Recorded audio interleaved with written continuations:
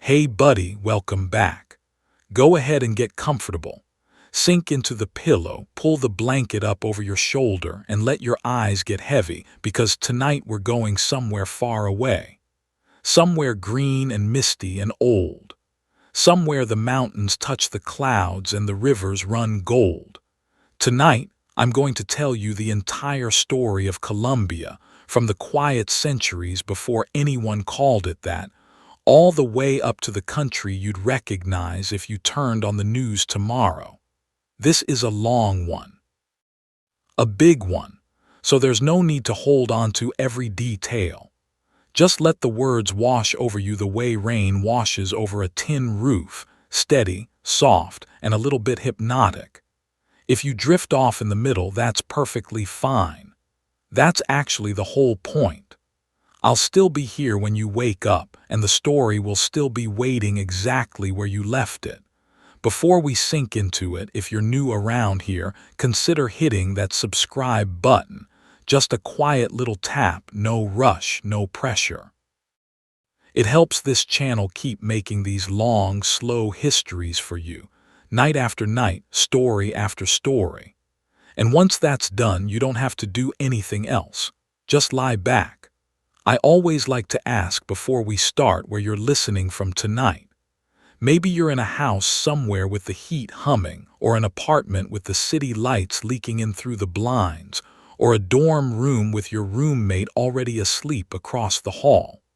Wherever you are, whatever time it is where you are right now, I'd love to know.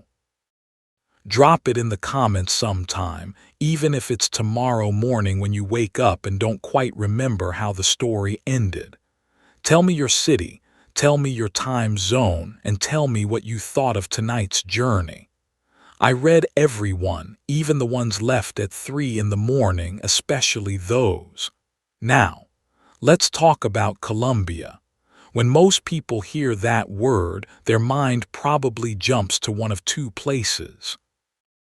Maybe they think of coffee, the smell of it roasting, dark and rich, grown on steep green hillsides. Or maybe if they've watched enough television, their mind jumps somewhere darker, somewhere shaped by headlines and crime dramas. And look, we are going to talk about the hard chapters too, because a true history doesn't skip the parts that hurt. But I want you to understand before we even begin that both of those pictures are impossibly small compared to what this country actually is. Colombia is one of the oldest inhabited corners of the Americas. People were living along its rivers and up in its cold mountain valleys for more than 12,000 years before a single European ship ever came close to its coastline. It sits at the top of South America like a doorway, the only country on the continent that touches both the Caribbean Sea and the Pacific Ocean at the same time. It has snow-capped volcanoes standing almost within sight of steaming tropical jungle. It has deserts in the north and rainforest in the south and grassy plains in between that stretch out further than the eye can follow. It is, by almost every measure, one of the most biologically rich places on the entire planet, and long before it had that name, it had people, farmers, goldsmiths, fishermen, storytellers much like me, sitting by their own fires, telling their own long histories to their own drowsy listeners. Tonight I want you to imagine all of that. Not the version of Colombia flattened into a single word or a single headline, but the real, layered, complicated place, built up over thousands of years by dozens of different peoples, then reshaped by conquest, then reshaped again by independence, and reshaped once more by everything that came after. We're going to walk through all of it together, slowly, chapter by chapter, the way you'd walk through an old house at night with just a candle, pausing in each room long enough to really look around before moving on to the next. So let's begin at the very beginning. Long, long before anyone called this land Colombia or New Granada or anything at all. The land before empires. I want you to imagine this for a moment. It's early morning, somewhere in the high valley that would one day be called the Sabana de Bogotá, more than 10,000 years ago. The air up here is thin and cold, the kind of cold that gets into your fingers before you've even noticed the sun has barely risen. Mist is sitting low over a wide grassy plain, curling around the legs of animals you wouldn't recognize today. Giant ground sloths, maybe, or ancient relatives of the horse, grazing slowly in the gray light. Somewhere nearby, a small group of people is waking up. They've been sleeping under a rock overhang, a shallow cave really, with a fire kept low and smoldering through the night, just enough embers to hold back the chill. This is one of the oldest confirmed chapters of human life in Colombia. Archaeologists have found tools and hearths in places like the Sabana de Bogotá dating back roughly 12,000 years, sometimes even further, left behind by small bands of hunter-gatherers who had made their way down through Central America and into South America, following game, following rivers, following whatever instinct pulls people toward new horizons. These weren't the ancestors of any single modern nation. They belonged to a much older, much more scattered world, where the entire idea of a country, a border, a name on a map, simply didn't exist yet. Let's go inside that world for a moment because it's worth really seeing it clearly. Picture a family group, maybe a dozen or 20 people, moving together across the high plateau. They carry very little because everything they own has to be carried on their own backs. Spears tipped with carefully knapped stone. Bags made from animal hide holding dried meat, maybe some wild tubers dug up along the way. The adults walk with a kind of loose alertness, always scanning the tree line, always listening. Children stay close, sometimes carried, sometimes trotting alongside, already learning by watching, which was really the only school anyone had back then. At night, they would build a fire, and I think it's worth pausing on just how important that fire actually was. Not just for warmth, though up in these Andean valleys, the nights get bitterly cold even near the equator, since altitude does what latitude cannot. The fire was protection from animals that might otherwise wander close in the dark. It was a place to cook whatever had been caught that day,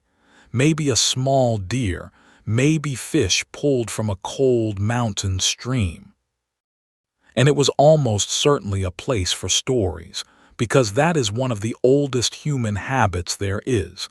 gathering around a flickering light and turning the day's events, the day's dangers, the day's small victories, into something worth remembering. In a very real sense, what I'm doing with you right now, telling you a long story by a kind of fire, in the dark, as you drift toward sleep, is one of the oldest traditions our species has. These people, 12,000 years ago in the cold Andean grass, were probably doing something not so different. Over the centuries that followed, and we're talking about centuries stretching into thousands of years, these small bands slowly changed how they lived. The climate shifted. Many of the giant animals, the megafauna, the ground sloths and ancient elephants known as gomfathers, gradually disappeared, likely from a mix of climate change and human hunting pressure, though scientists still debate exactly how much of each. As the big game vanished, people adapted. They turned more toward smaller animals, toward fishing in the rivers and along the coasts, and eventually, slowly, towards something that would change everything: farming. I want you to picture the shift, because it happened so gradually that no single person alive at the time could have pointed to the moment it occurred. A family that once wandered constantly, following herds and seasons, begins instead to notice that certain plants grow back reliably in certain places. Someone notices that seeds dropped near camp sprout again the following season. Someone begins, almost experimentally at first, to save seeds on purpose, to clear a small patch of ground, to return to that same patch year after year. In the valleys and highlands of what is now Colombia, this slow transition toward agriculture was underway by around 5,000 years ago, with communities cultivating maize, a variety of root crops, and eventually beans and squash, the same trio that shows up in one form or another across so much of the ancient Americas. With farming came something farming almost always brings: permanence. If you're constantly moving, there's little point building anything sturdy. But if you're staying in one place, tending the same field season after season, it starts to make sense to build real shelters, to dig storage pits for grain, to live near your neighbors instead of scattered across the landscape. Small settlements began to form along the rivers and in the fertile valleys, communities of a few dozen to a few hundred people, their houses built from wood poles and thatched roofs, walls sometimes made from packed earth or woven cane plastered with mud. I want you to imagine walking into one of these early villages, maybe 4,000 or 5,000 years ago, somewhere along the Caribbean coast near what is now the mouth of a great river. The air smells like wood smoke and damp earth and something cooking, maybe fish wrapped in leaves and set near the coals. Children are running between the houses, chasing each other, laughing in a language that has been dead and forgotten for thousands of years. Its sounds lost entirely, though the people who spoke it were every bit as real, as full of jokes and worries and small daily routines as anyone alive today. Women are working near the houses, some grinding maize between stones, a slow rhythmic sound that would have been part of the background noise of daily life, almost like a heartbeat for the whole village. Men might be returning from the river with fish, or from a nearby clearing where they've been tending crops, machetes made of stone or shell in hand, since metal tools were still a long way off in most of these early communities. One of the most remarkable things archaeologists have found along Colombia's Caribbean coast, at a site called San Jacinto, is evidence of some of the oldest pottery anywhere in the Americas, dating back roughly 6,000 years, possibly even older. Think about what that means for a moment. Before farming had even fully spread across much of the region, before anyone here had ever seen metal tools, people were already sitting by fires shaping clay with their hands, learning through trial and error, probably many failed and cracked attempts, how to fire it hard enough to hold water, to cook food, to store grain safely away from rats and damp. That kind of quiet, patient experimentation, passed down from one generation to the next, is easy to overlook in the sweep of history, but it represents an enormous amount of human ingenuity, built up slowly, without any grand announcement, just families figuring things out around their own small fires, the same way families have always figured things out. As centuries rolled on, distinct cultures began to take shape across the different regions of what is now Colombia, each one adapted to its own particular landscape. This is worth pausing on, because Colombia's geography is almost absurdly varied, and that variety shaped everything that came after. In the north, along the hot, humid Caribbean coast, communities built their lives around fishing, shellfish gathering, and farming in the fertile floodplains near rivers like the Magdalena and the Sinu. In the interior highlands, up where the air thins and the nights turn cold, communities adapted to a very different rhythm, growing potatoes and other tubers suited to high altitude, weaving heavier cloth from cotton and later wool, building their houses to hold in warmth. Down in the south, in the misty hills near what is now the town of San Agustin, communities began, for reasons still not entirely understood by modern scholars, to carve enormous stone statues, some of them standing well over 10 feet tall, depicting figures with wide staring eyes and features that shift between human and animal, jaguar teeth on a human face, a mix that likely reflected deep spiritual beliefs about the connection between people, ancestors, and the powerful animals of the forest. I want you to imagine standing in that misty highland forest, centuries and centuries ago, watching a group of stoneworkers slowly, patiently shaping one of these massive statues. It would have taken enormous effort, weeks or months of careful chiseling using stone tools. No metal, no machinery, just human hands and human patience, working volcanic rock into the shape of an ancestor, a guardian, a god. The finished statues were often placed near burial mounds, standing watch over the dead, faces turned outward toward the living world, as if keeping guard through the fog that so often settles over those hills even today. It's strange and a little wonderful to think that those statues are still standing there right now, in the same misty hills, having watched centuries and centuries pass, watched the rise and fall of empires none of us will ever fully understand, and they'll likely still be standing long after any of us listening tonight are gone too. There is something comforting in that, in a quiet way. Some things really do last. By roughly 2,000 years ago, and in some cases even earlier, several distinct and increasingly sophisticated societies had taken root across the region. In the high plateau around what is now Bogotá, a people who would come to be known as the Muisca were slowly building a network of farming communities that would, over the following centuries,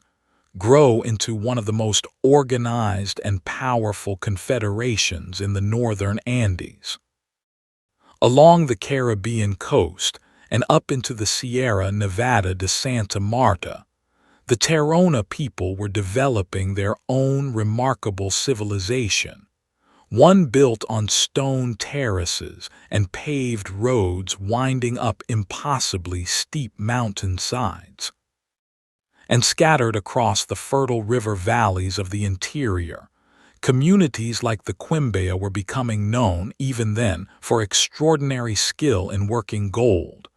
a skill that would eventually help fuel one of the most enduring legends in all of human history, one that would, centuries later, pull sailors and soldiers across an entire ocean chasing a dream that never quite existed the way they imagined it. We'll get to all of that. The gold, the myths, the mountain cities. But I want you to sit for a moment first with this simple, quiet fact.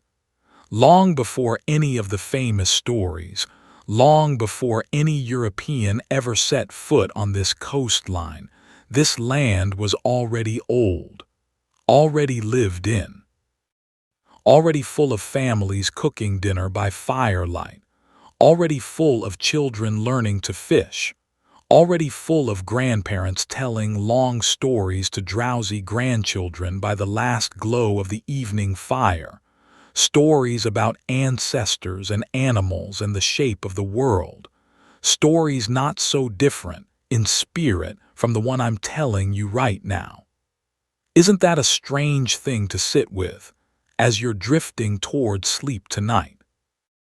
That somewhere in that same region, thousands of years ago, someone else was doing exactly what you're doing now. Lying back, listening to a voice in the dark, letting the day's worries loosen their grip, one slow breath at a time.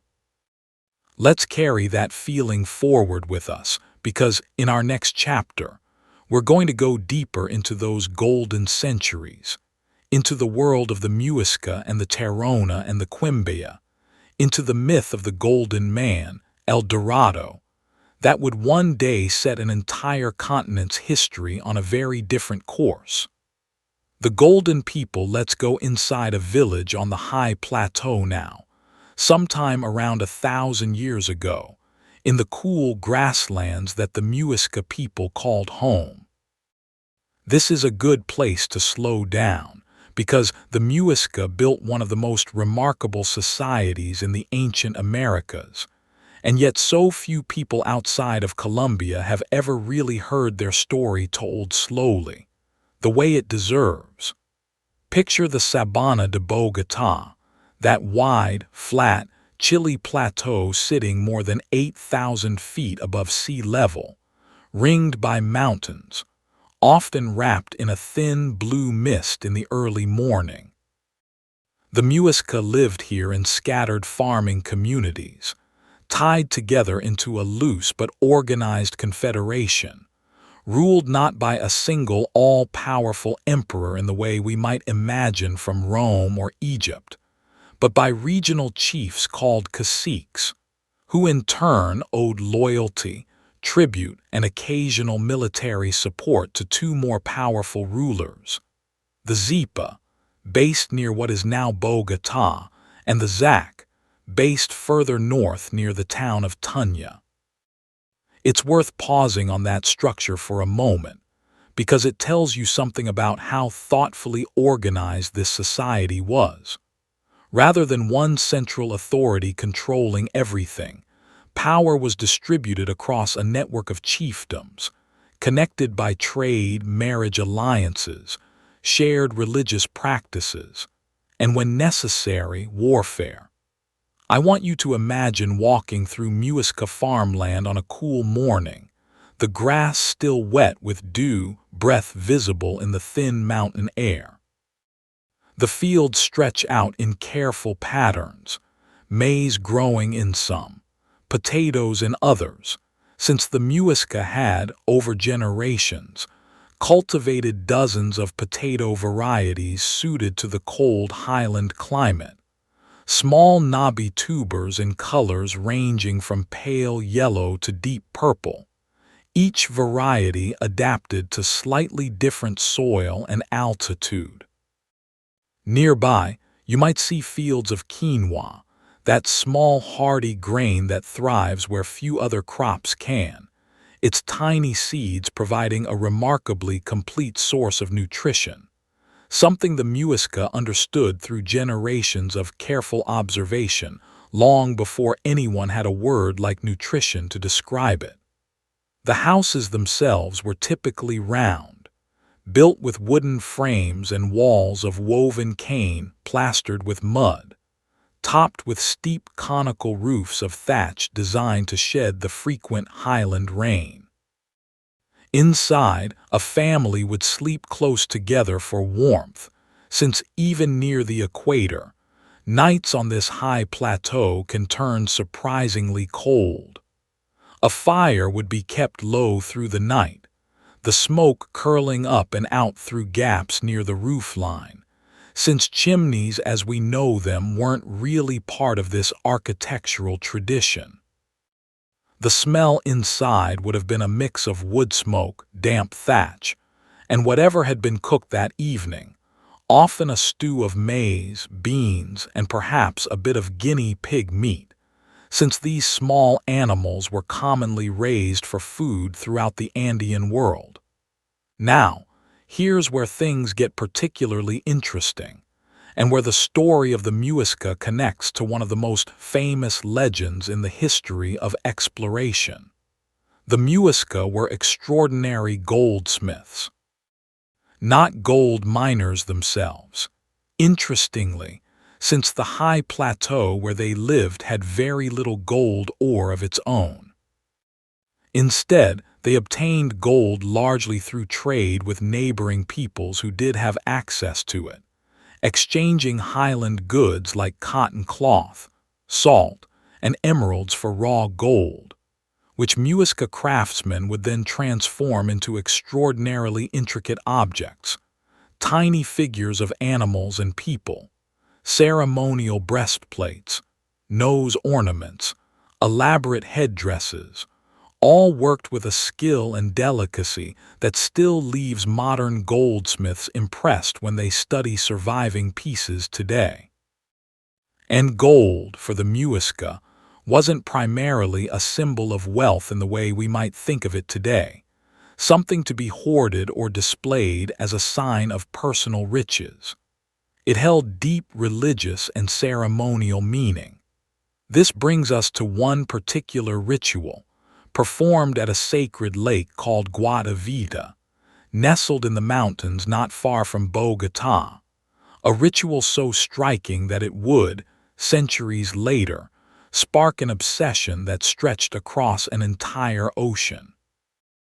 Let's imagine the ceremony itself, because it truly is a remarkable scene to picture. When a new Zipa, a new ruler, was to be confirmed in his position, a grand ceremony would take place at Lake Guatavita. The new ruler would be stripped and his body coated entirely in gold dust, applied carefully until he shimmered from head to toe in the low morning light, a living golden figure. He would then be placed on a raft, along with priests and attendants, and offerings of gold objects and emeralds would be piled around him. The raft would be poled slowly out to the center of the lake, the still water reflecting the surrounding mountains, mist perhaps still clinging to the surface in the early hours.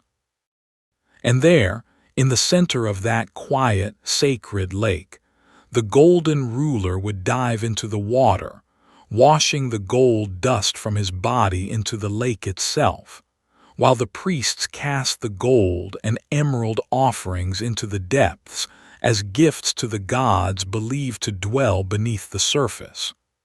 I want you to just sit with that image for a moment. A man covered entirely in gold, diving into still mountain water at dawn, gold dust drifting off him and sinking slowly into the depths, while offerings of jewelry and gemstones followed him down into the dark water below. It's an extraordinary scene, one rooted in a genuine and sophisticated spiritual worldview, a way of honoring the sacred lake and the powers believed to reside there. But when Spanish explorers eventually heard rumors of this ceremony, second-hand and garbled through translation and retelling, something got lost and something else got added.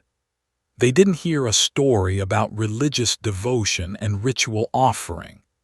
They heard a story about a golden man, a man made of gold, ruling over a kingdom absolutely overflowing with treasure. And from that misunderstanding, the legend of El Dorado, the Golden One, was born, a legend that would eventually drive Spanish expeditions deep into unmapped jungle and mountain, chasing a city of gold that, in the specific form they imagined it, simply never existed. We'll return to that chase later, when we reach the arrival of the Spanish. But it's worth knowing right now that the real story behind El Dorado was never really about a hidden treasure at all. It was about a quiet, sacred ceremony performed by a thoughtful and deeply spiritual people on a still mountain lake that is, remarkably, still there today. Now let's travel north, away from the cool highlands, down toward the hot, humid coast where the Sierra Nevada de Santa Marta rises up dramatically from the Caribbean Sea, one of the most unusual mountain ranges on Earth, since it climbs from sea level to nearly 19,000 feet in a remarkably short distance, meaning you can, in theory, stand on a tropical beach and look up at snow-capped peaks in the same glance. This was the homeland of the Tairona people,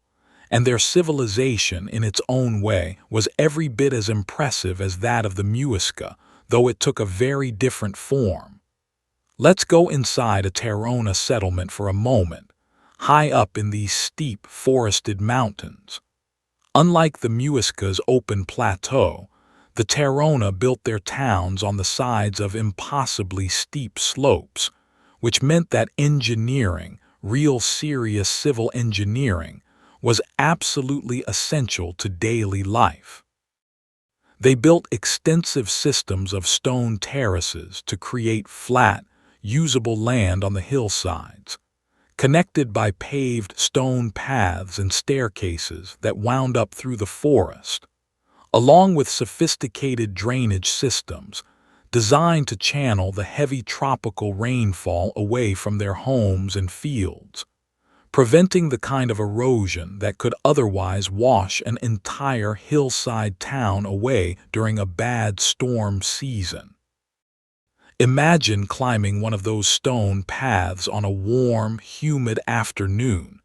the forest thick and green all around you, the calls of birds and insects filling the air, sweat beading on your skin from the climb. You'd pass terraced fields growing maize and yucca and coca, since the coca leaf held, and still holds among indigenous communities in this region today, deep cultural and ceremonial significance, chewed slowly for its mild stimulant effect and used in various rituals, entirely distinct from and unrelated to anything involving the modern drug trade we'll discuss much later in this story.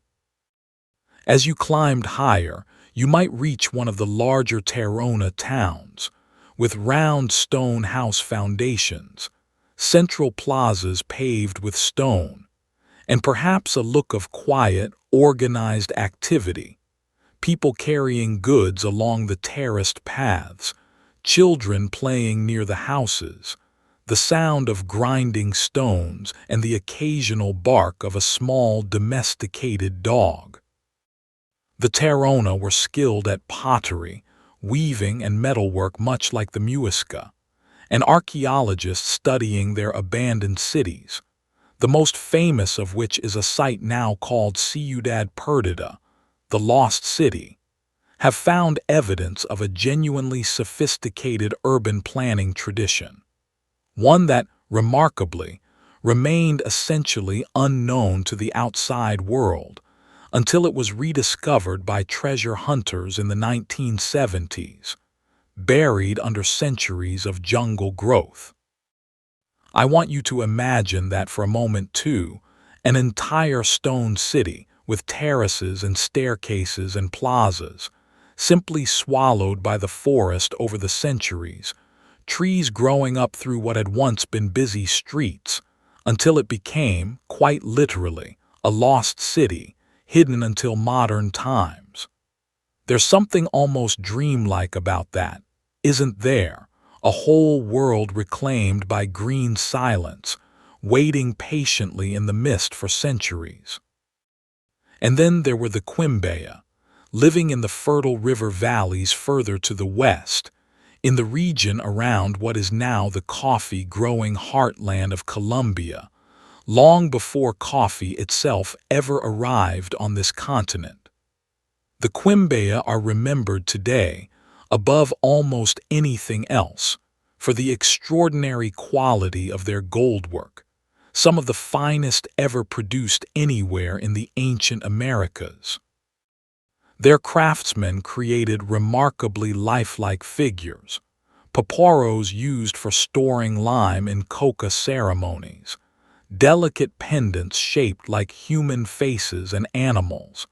and ceremonial objects worked with a technical precision that still amazes goldsmiths studying the surviving pieces in museums today. I want you to imagine a Quimbaya goldsmith at work, sitting near a small charcoal fire, carefully heating and shaping gold using techniques passed down through generations, the lost wax casting method among them, where a wax model is carefully carved, coated in clay, then heated until the wax melts away, leaving a perfect mold into which molten gold is poured. It's slow, patient, exacting work, the kind of craft that takes years to master, learned by watching an elder do it 1,000 times before ever being trusted to try it yourself.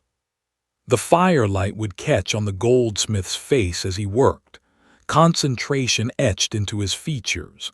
the soft clink and scrape of tools against stone, the only sound besides the crackle of the fire, and perhaps the distant call of a bird somewhere out in the darkening forest. Across all these different peoples, the Muisca, the Tairona, the Quimbaya, and many others scattered across what is now Colombia, the San Agustin culture in the south, the Zenu in the northern lowlands renowned for their remarkable engineering of raised agricultural fields and canals to manage seasonal flooding. A common thread runs through their stories. These were not primitive, simple societies waiting to be discovered and civilized, as later European accounts would so often and so wrongly describe them. These were sophisticated, organized, deeply thoughtful civilizations, each one adapted with real ingenuity to its particular corner of a remarkably varied landscape, each with its own gods, its own art, its own quiet daily rhythms of farming and family and firelight. And all of it, every terrace and temple and golden ornament, every ceremony at Lake Guatavita, every stone path winding up through the Sierra Nevada, existed in a world that had no idea, none at all, that far across the ocean, ships were slowly being built, maps were slowly being drawn, and a very different kind of story was about to begin. A story that would arrive, eventually, on the Caribbean coast. These very peoples had lived beside for thousands of years, and would change everything in ways both terrible and, over the very long centuries that followed, in ways that would eventually produce the Colombia we know today. Let's move gently into that next chapter now, because it's time to talk about the ships on the horizon and the strangers who stepped off them. Strangers from the sea. I want you to imagine standing on a beach along the Caribbean coast, sometime in the year 1499 or thereabouts, the warm wind coming off the water, palm fronds rustling overhead, the sea a deep, impossible blue stretching out to the horizon. You've lived your whole life along this coast, fishing these waters, trading with neighboring villages, watching the seasons turn the way your parents and grandparents did before you. And then, one ordinary morning, something appears on that horizon that has never appeared there before. Sails. Strange, enormous white sails catching the wind on ships built like nothing you've ever seen, far larger than any canoe, moving steadily closer toward the shore. This is the moment history books tend to rush through, but I think it deserves a slower look, because it truly was one of those hinge points where an entire world, unknowingly, quietly, begins tipping in a new direction. The man generally credited with the first European exploration along Colombia's Caribbean coast was Rodrigo de Bastidas, a Spanish navigator and former notary who had actually sailed on Christopher Columbus's second voyage a few years earlier. In 1500, Bastidas led an expedition along the coastline, mapping the shores near what is now Cartagena and further along toward the mouth of the Magdalena River, becoming among the first Europeans to lay eyes on this particular stretch of coastline, though Columbus himself had passed nearby waters a couple of years prior without making direct contact here. These early encounters were often cautious on both sides. Indigenous coastal communities, people like the Tairona, and further along the coast, other groups entirely, would have watched these strange ships with a mix of curiosity and wariness, sending out canoes to investigate, sometimes trading goods, sometimes keeping a careful distance. And the Spanish sailors, for their part, were men a very long way from home, uncertain what they'd find, hoping, above almost everything else, for gold. Let's slow down here and really imagine what these early Spanish expeditions were like, because I think it helps to understand them not as some inevitable, unstoppable force of history, but as small groups of genuinely uncertain, often frightened, often greedy, often devout men, crossing an ocean in wooden ships that could sink in a bad storm, arriving on a coast they didn't understand, surrounded by people whose languages they couldn't speak and whose societies they profoundly misunderstood. Many of these men were driven by a tangled mix of motivations, religious conviction, since converting indigenous peoples to Christianity was considered by many a genuinely sacred duty, alongside a hunger for personal wealth and status that could never have been achieved back home in Spain, where rigid social hierarchies left little room for a poor or minor nobleman to rise very far. Out here, on this new and unmapped coast, all of that seemed suddenly, dangerously open. In 1509, a settlement was established at San Sebastián de Urabá, on the Caribbean coast near the border of what is now Panama, though it struggled badly against difficult conditions and resistance from local indigenous groups and was soon abandoned. A more lasting foothold came in 1533, when the Spanish conquistador Pedro de Heredia founded the city of Cartagena de Indias, on a natural harbor along the Caribbean coast that would go on to become one of the most important port cities in the entire Spanish Empire,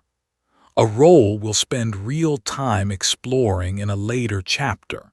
since Cartagena's story deserves its own slow unfolding. But the expedition that truly set the stage for the conquest of the Muisca highlands, the expedition that would eventually lead to the founding of the city we now know as Bogotá, was led by a Spanish lawyer turned conquistador named Gonzalo Jiménez de Quesada. In 1536, Jiménez de Quesada set out from the coast near Santa Marta with a large expedition, several hundred men, along with horses and supplies,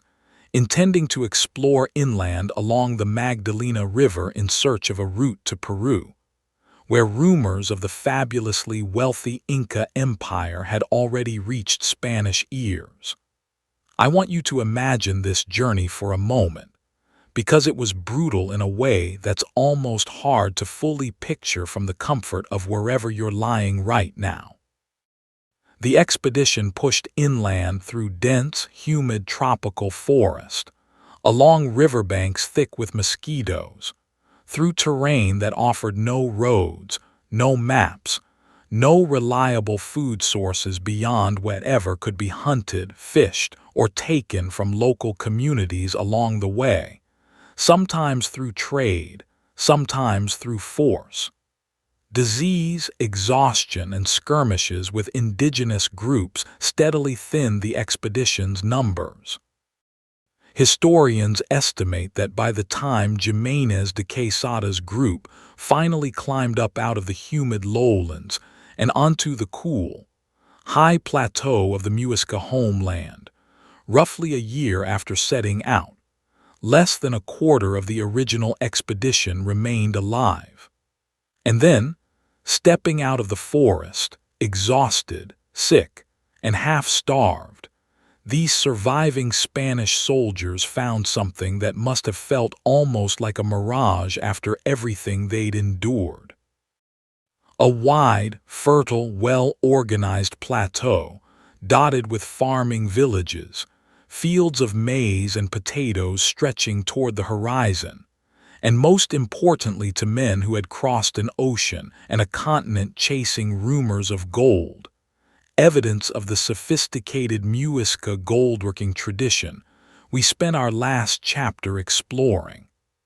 What followed was, in the plainest terms, a conquest, and it's worth being honest and clear about that rather than softening it. Jimenez de Quesada's forces, though small in number, had significant advantages: steel weapons and armor against which Muisca weapons made largely of wood, stone, and bone offered limited defense; horses, which no one on this continent had ever seen before and which caused genuine terror in early encounters. And though this wouldn't become fully apparent for some time, they also carried with them diseases like smallpox and measles, to which indigenous populations across the Americas had no prior exposure and therefore no immunity, diseases that would go on to kill far more people, by an enormous margin, than any battle or sword ever did. The Muisca Confederation, despite its sophisticated organization, was also caught at a moment of internal division, with tension and rivalry between the northern Zac and the southern Zipa, and the Spanish, whether by careful strategy or simple opportunism, were able to exploit those existing rivalries, forming alliances with some Muisca leaders against others. Over a period of difficult and often brutal campaigning through 1537 and into 1538, Jimenez de Quesada's forces gradually established control over the Muisca heartland. In August of 1538, he formally founded a Spanish settlement on the site of an existing Muisca town, naming it Santa Fe de Bogotá, a name drawn partly from a town in Spain and partly from Bogotá, the Muisca name for the region, a small linguistic echo of the world that had existed here before, folded quietly into the name of the city that replaced it. A city that stands, of course, to this very day, though we now simply call it Bogotá. I want you to just sit with that moment for a while. A Muisca farming town, with its round thatched houses and its terraced fields and its centuries of accumulated daily life, its ceremonies and stories and quiet mornings, suddenly becoming the foundation stone of a Spanish colonial city, a process that was repeated in one form or another across so much of the Americas during these decades. It's a genuinely somber thing to sit with, and I don't think it does anyone any good to rush past it too quickly, even in a story meant to help you rest. Meanwhile, Other Spanish expeditions were pushing into different corners of the region at almost exactly the same time, which is itself a remarkable and strange historical coincidence. A conquistador named Sebastián de Belalcázar, who had earlier taken part in the conquest of the Inca Empire further south in Peru, marched northward through what is now Ecuador and into southwestern Colombia, founding cities including Popayan and Cali in 1536 and 1537. And separately, a German expedition under Nikolaus Federmann, working on behalf of a German banking family that had been granted rights to explore parts of Venezuela by the Spanish crown, pushed westward from the Venezuelan coast and eventually arrived on the same Muisca plateau around the same time as Jiménez de Quesada and Belalcázar's forces. Picture that moment if you can, because it really did happen, and it's almost strange enough to sound invented.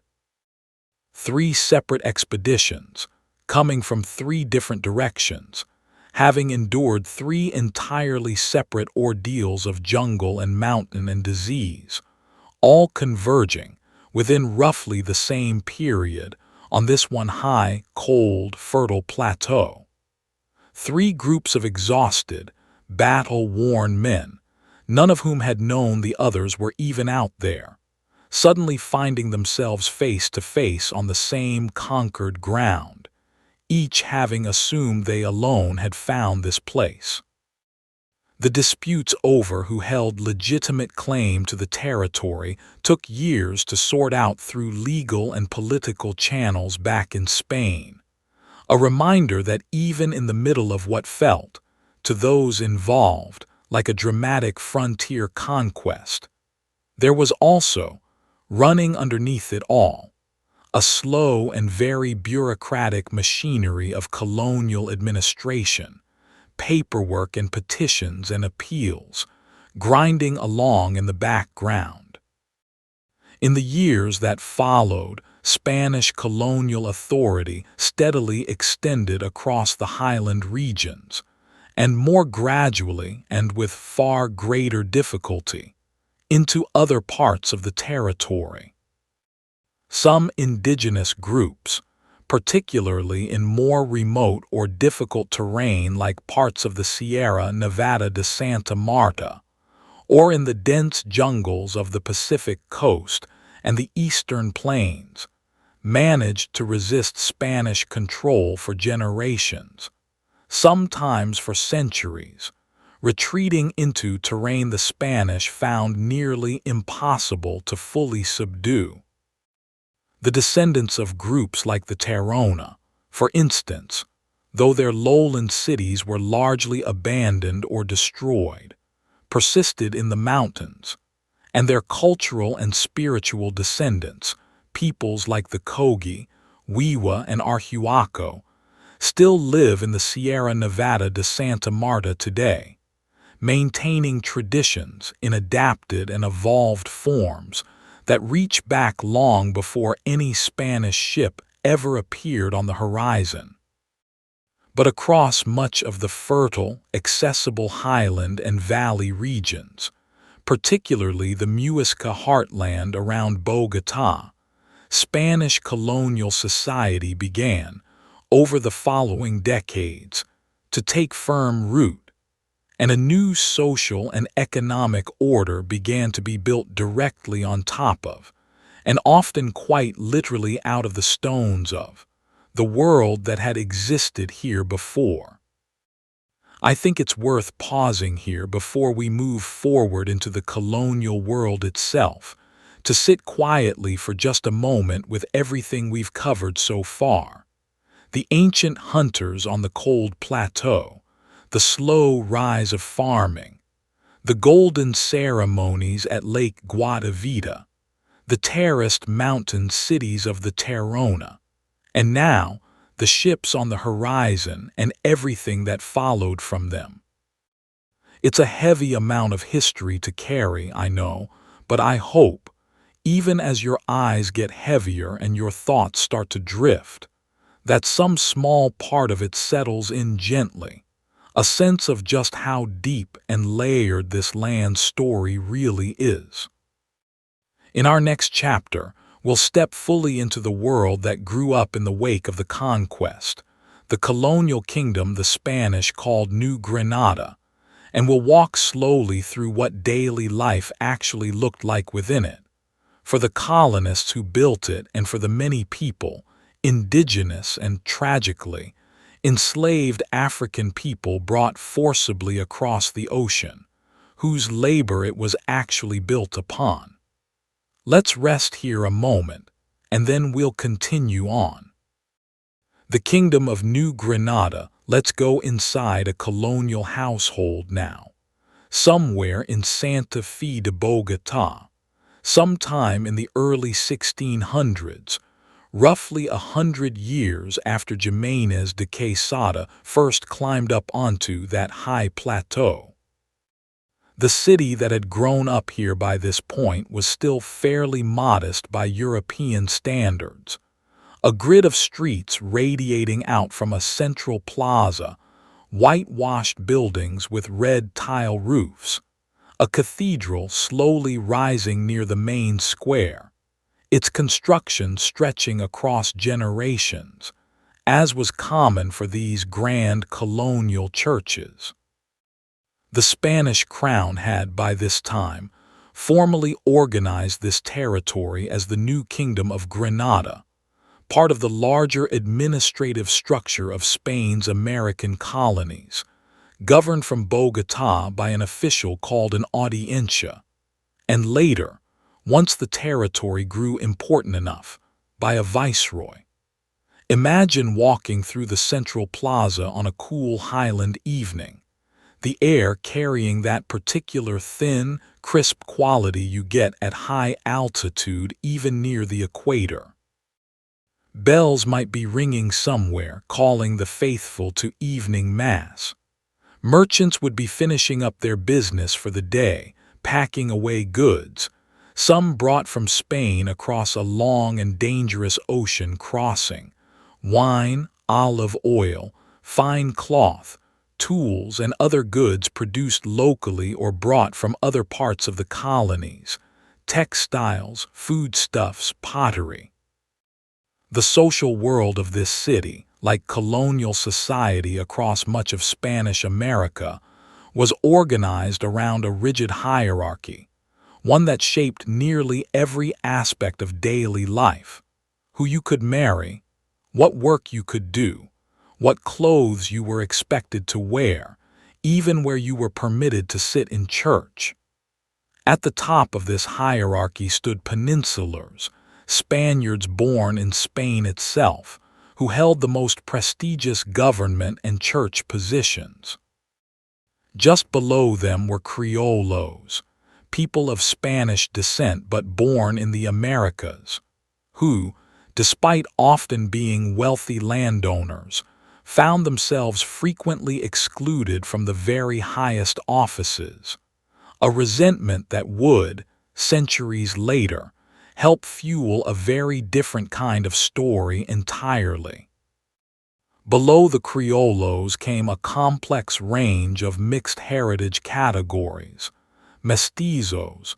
generally understood as people of mixed indigenous and Spanish ancestry, and further categories describing various combinations of African, indigenous, and European heritage, each carrying different social expectations and legal restrictions. And then, occupying the harshest and most difficult positions within this entire structure, were indigenous people, whose communities had been devastated by disease and conquest, and were now often bound into forced labor systems, and enslaved African people, brought forcibly across the Atlantic to work in mines, on plantations, and in households throughout the colony. I want you to sit with that structure for just a moment, because it's important, even in a story meant to help you rest, not to smooth over how genuinely difficult and often cruel daily life was for so many people living within this colonial world. The encomienda system, established early in the colonial period, granted Spanish colonists the right to demand labor and tribute from indigenous communities in a given area, ostensibly in exchange for protection and religious instruction, though in practice, it frequently amounted to a form of forced labor that devastated indigenous populations already reeling from epidemic disease. Over time, as indigenous populations continued to decline, and as reform-minded voices within the Spanish crown and church pushed back against the worst abuses of the encomienda system, it was gradually replaced by other labor arrangements, though these often carried their own significant hardships. Let's imagine for a moment an indigenous family living in a village not far outside Bogotá during this period, a family whose ancestors had farmed this same land for countless generations before the conquest, and who now found themselves navigating an entirely new and often harsh set of demands, required to provide labor for Spanish landowners for a set number of days each year, required to pay tribute in goods or coin, while also trying to maintain their own small farm plots and their own family traditions, traditions that were, at the same time, under significant pressure from Catholic missionaries actively working to replace indigenous spiritual practices with Christian ones. Many indigenous communities navigated this pressure by blending the two, incorporating Catholic saints and imagery alongside older beliefs and practices, a kind of quiet cultural survival that persisted in various forms across generations, and that you can still see echoes of in religious festivals and traditions across Colombia today. Now let's shift our attention to another group, whose story is absolutely essential to understanding colonial New Granada,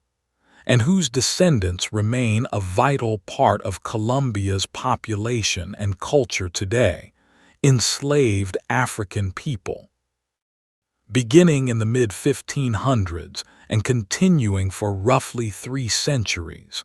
Spanish colonial authorities forcibly transported enslaved people from West and Central Africa across the Atlantic Ocean, primarily arriving through the port of Cartagena, which became one of the largest and most significant points of entry for the slave trade in all of Spanish America. I want you to imagine, and I want to be gentle but honest here, the experience of arriving in Cartagena's harbor after a long and horrific ocean crossing aboard a slave ship, conditions that were, by every historical account we have, almost unimaginably brutal, cramped, disease-ridden, and inhumane. Those who survived the crossing would be brought ashore in Cartagena, examined, and sold, then dispersed across the colony, some remaining in coastal regions to work on plantations and in the pearl fisheries along the coast, others sent inland to work in the gold mines of regions like Antioquia and the Choco, mining regions that would go on to produce a very significant portion of all the gold extracted from the Spanish-American colonies over the following centuries, extracted, overwhelmingly, through the forced and unpaid labor of enslaved African people. There is within this difficult history also a story of remarkable resilience and resistance worth telling slowly. Throughout the colonial period, Enslaved people across the region resisted their condition in many forms, some subtle, through the quiet preservation of African languages, music, spiritual practices, and community bonds, and some direct, through outright rebellion and escape. Some of the most significant of these acts of resistance produced what became known as phalanx, fortified settlements built by escaped enslaved people, known as cimarrones, in remote and defensible terrain where Spanish colonial forces struggled to reach them. The most famous of these, San Basilio de Palenque, was founded near Cartagena in the early 1600s under the leadership of a formerly enslaved man named Bencos Bioho, who had escaped captivity and organized a fortified community that successfully resisted Spanish attempts at recapture for years, eventually forcing colonial authorities into a form of negotiated peace that recognized the community's freedom. I want you to imagine that settlement, tucked into hilly terrain not far from Cartagena, a community built by people who had refused, at enormous personal risk, to accept the fate that had been forced upon them, maintaining African languages and traditions with remarkable continuity. Remarkably, San Basilio de Palenque still exists today as a living community, and it's recognized by UNESCO for preserving what is considered the oldest surviving Creole language in the Americas, a direct linguistic thread reaching all the way back to those early acts of courage and resistance in the 17th century. There's something quietly extraordinary in that continuity, isn't there? A community founded in defiance nearly 400 years ago, still standing, still speaking its own language, still telling its own stories. Let's shift our focus now to daily economic life across the broader colony, because New Granada, unlike some other Spanish-American territories, never quite achieved the same fabulous wealth as places like Peru or Mexico with their enormous silver mines, though its gold production was genuinely significant. Instead, colonial New Granada developed a somewhat more modest, more agriculturally grounded economy, built around cattle ranching on the interior plains, sugar cultivation in warmer lowland valleys, tobacco farming in various regions, and of course, that steady extraction of gold from mining regions worked, as we discussed, primarily by enslaved labor. Imagine a hacienda, a large agricultural estate, somewhere on the fertile plains east of Bogotá, the llanos, wide open grassland stretching toward the horizon, cattle grazing in scattered herds, tended by workers on horseback, a tradition that would, over the following centuries, evolve into the distinctive culture of the llanero, the plainsman, complete with its own music, its own style of dress, its own particular way of life built around cattle, horses, and the wide, open rhythm of the plains. In the evenings, workers might gather near the main house, sharing food, perhaps some music on a simple string instrument, the sound carrying out across the darkening grassland, a tradition of folk music that would eventually develop into what's known today as musica llanera, still played and celebrated across this region. Meanwhile, up in Bogotá itself, colonial society developed its own particular rhythm and character. The city became an important center of learning and administration, home to universities established by religious orders, including institutions dating back to the 1580s, making it one of the older centers of higher education in the Americas. Educated Criollos, excluded as they were from the very highest political offices, increasingly turned their energy toward law, medicine, theology, and, as the 18th century progressed, toward the ideas of the European Enlightenment, philosophical and political ideas emphasizing reason, natural rights, and, increasingly, questions about the legitimacy of colonial rule itself, ideas that would, in time, prove genuinely revolutionary. I want you to imagine a young Criollo scholar in Bogotá, sometime in the late 1700s, sitting by candlelight in a study lined with books, some smuggled past colonial censors who restricted certain political and philosophical texts, reading about ideas of liberty and self-governance emerging from Europe and from the recent revolution in the newly formed United States. Outside his window, the city sleeps, the same cathedral bells that have marked time here for generations sitting silent in the dark, the streets empty except for the occasional night watchman's footsteps echoing off stone walls. And in that quiet study, by that flickering candlelight, a set of ideas is slowly taking root, ideas that will, within just a few decades, help set this entire region on a dramatically different course.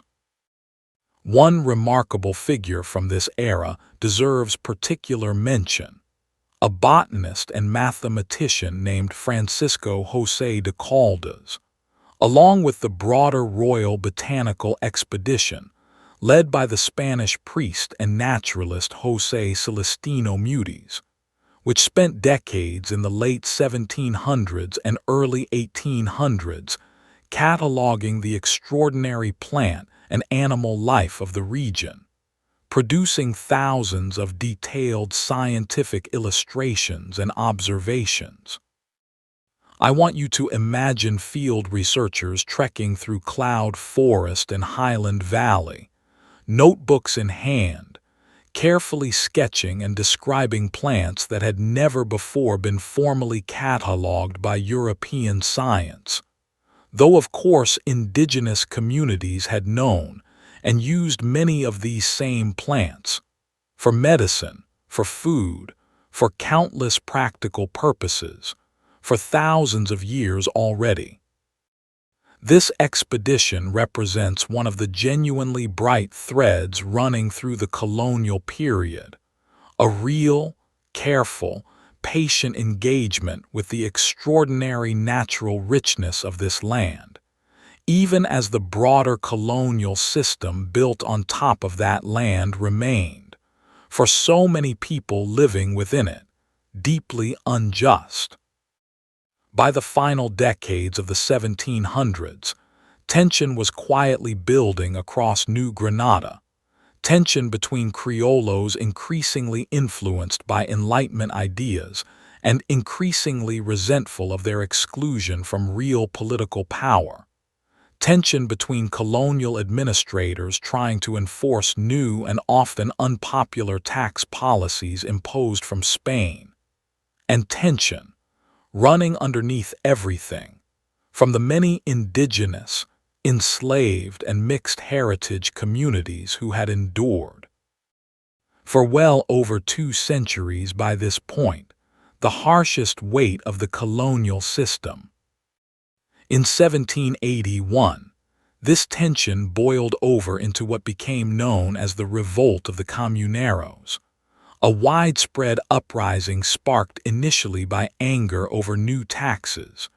drawing together a broad coalition of Criollos, mestizos, and indigenous participants, who at one point marched an armed force numbering in the thousands toward Bogotá itself, forcing colonial authorities into a temporary and ultimately broken set of concessions. The revolt was eventually suppressed, its leaders executed, but it left behind a lingering sense, quiet but persistent. That colonial authority here was not nearly as unshakable as it might have once seemed. I think it's worth pausing here, as we near the end of this long colonial chapter, to imagine the accumulated weight of everything we've just walked through. Generations upon generations of daily life, farming and mining, church bells and market days, resistance and endurance, quiet scholarly candlelight and quiet acts of extraordinary courage in hidden mountain settlements.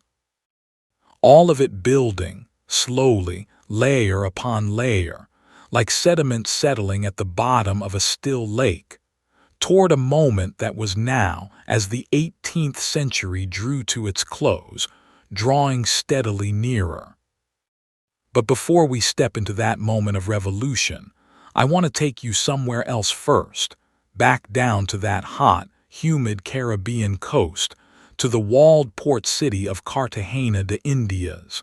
because its story, shaped by pirates and fortresses and the terrible weight of the slave trade, deserves its own slow, careful telling.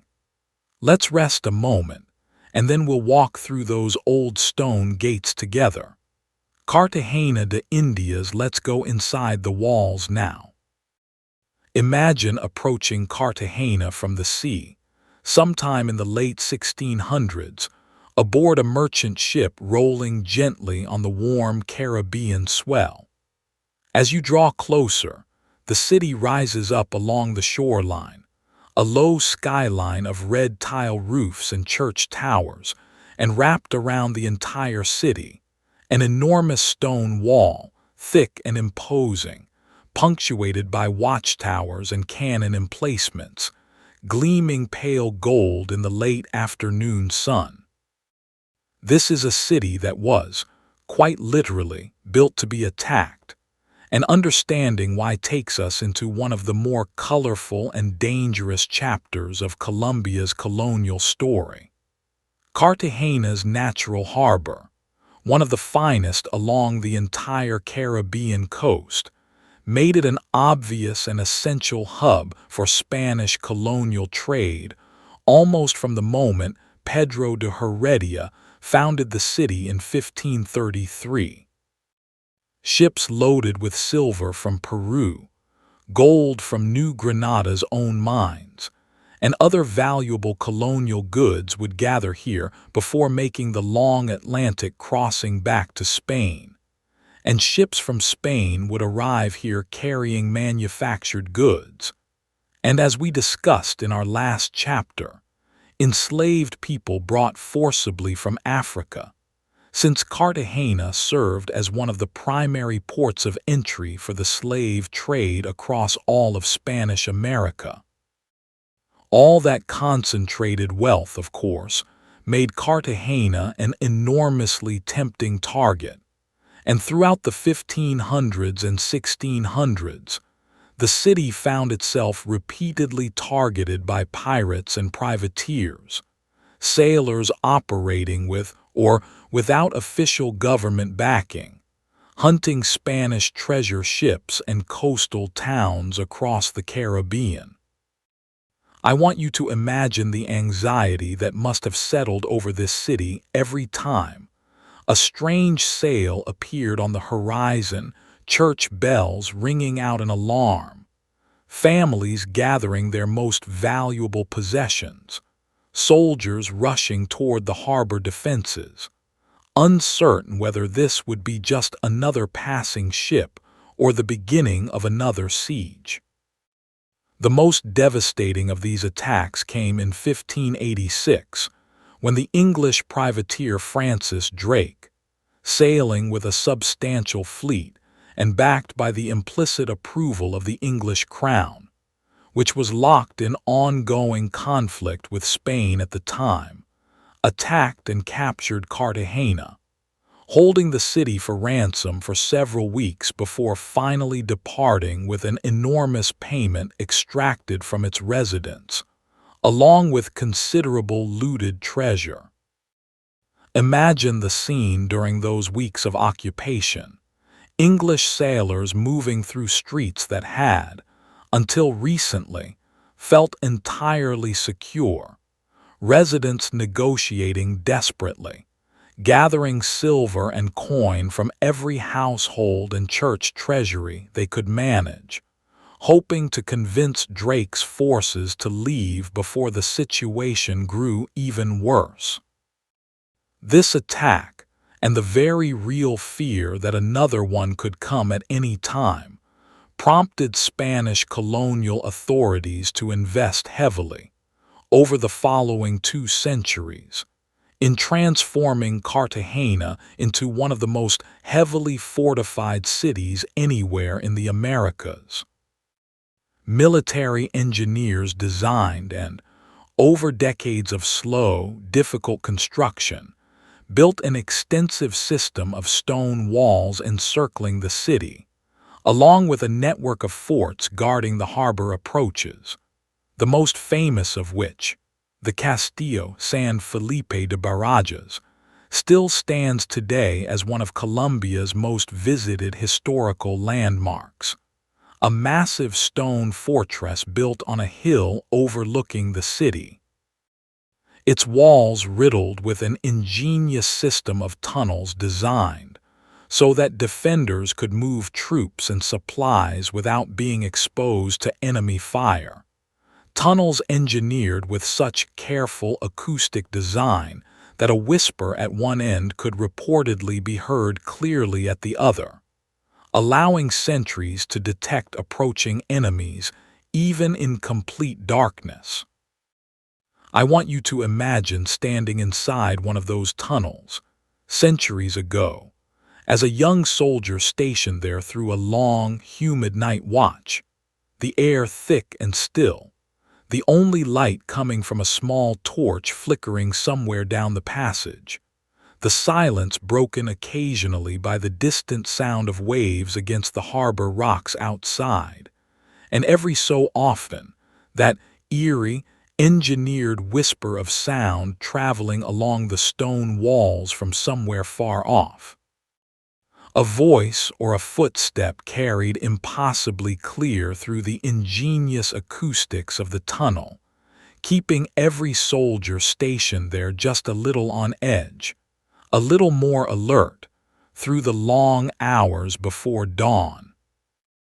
This massive defensive investment paid off in 1741, during one of the largest naval battles ever fought in the Americas up to that point, when a British fleet under Admiral Edward Vernon,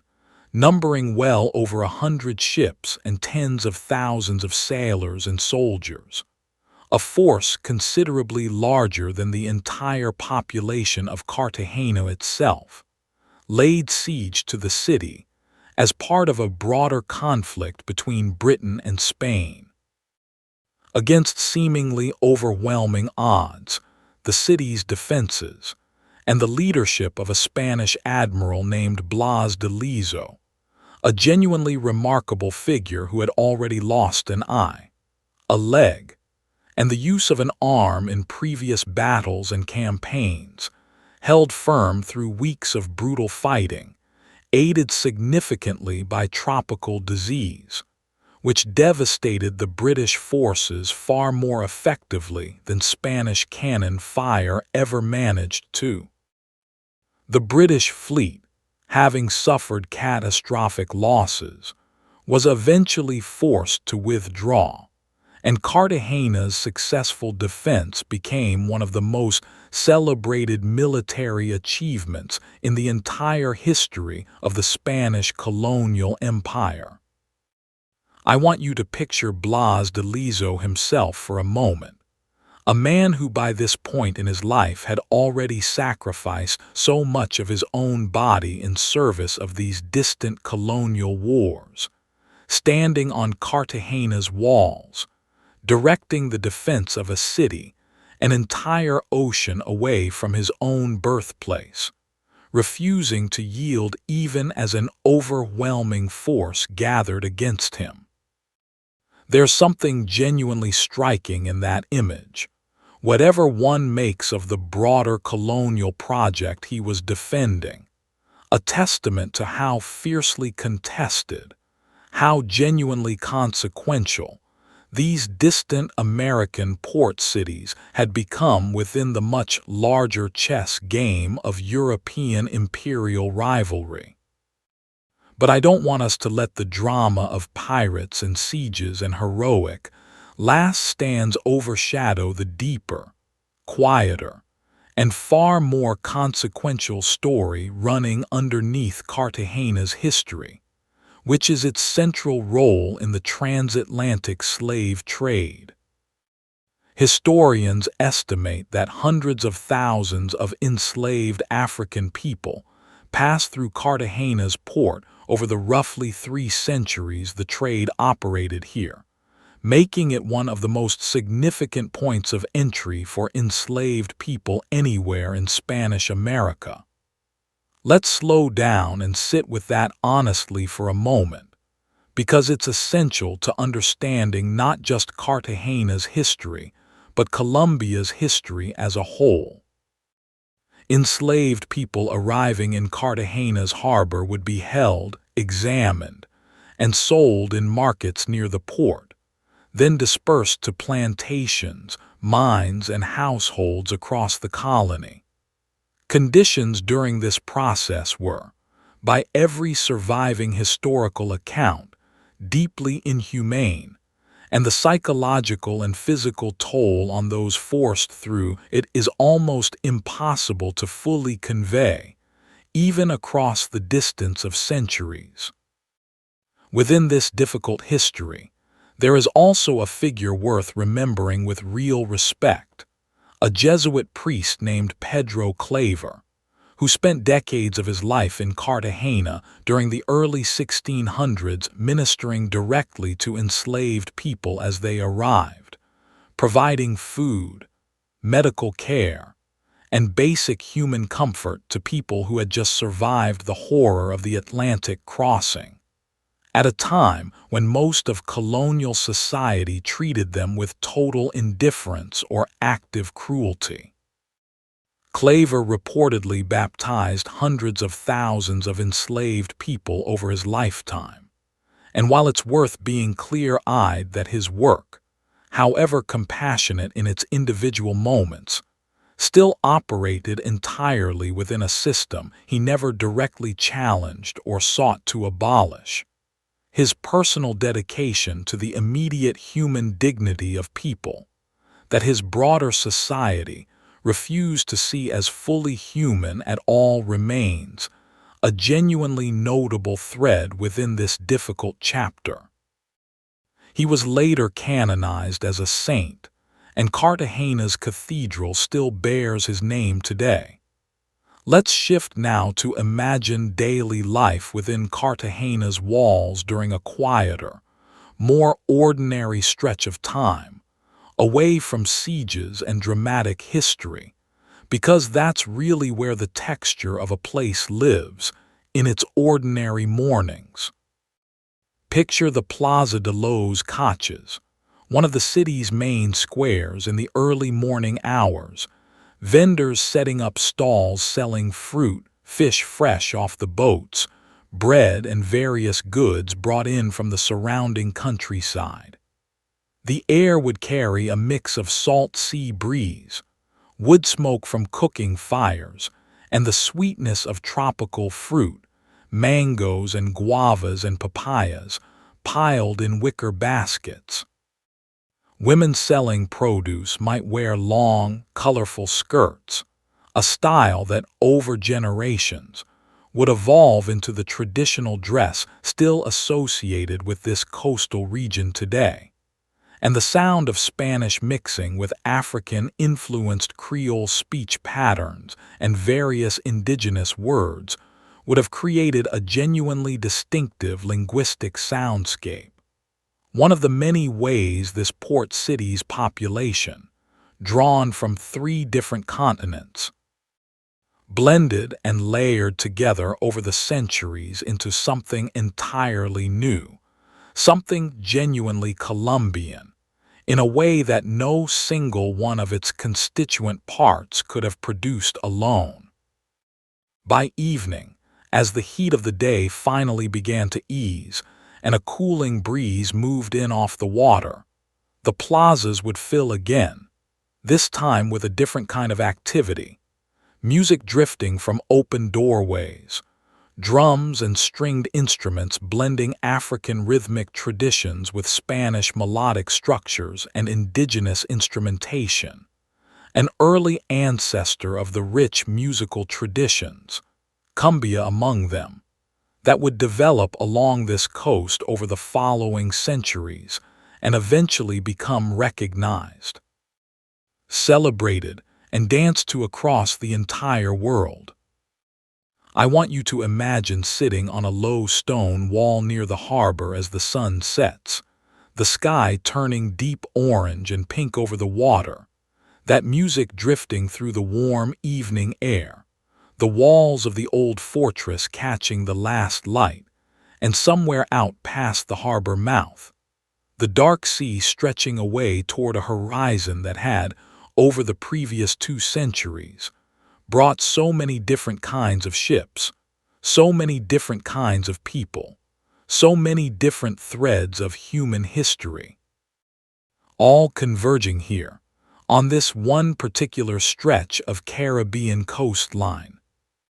Cartagena, more than almost anywhere else in Colombia, carries the full weight and complexity of the colonial centuries within its old stone walls. Tremendous wealth built on tremendous suffering, extraordinary military engineering built to defend extraordinary greed, moments of genuine individual compassion existing alongside a system of profound and sustained cruelty. And out of all of it, over the centuries, a genuinely unique and vibrant culture slowly taking shape. One that still defines this city and much of Colombia's Caribbean coast today. Now, let's step back inland and forward in time, just a little further, because those quiet candlelit conversations we glimpsed at the end of our last chapter, Criollo scholars reading about liberty and reason by flickering light,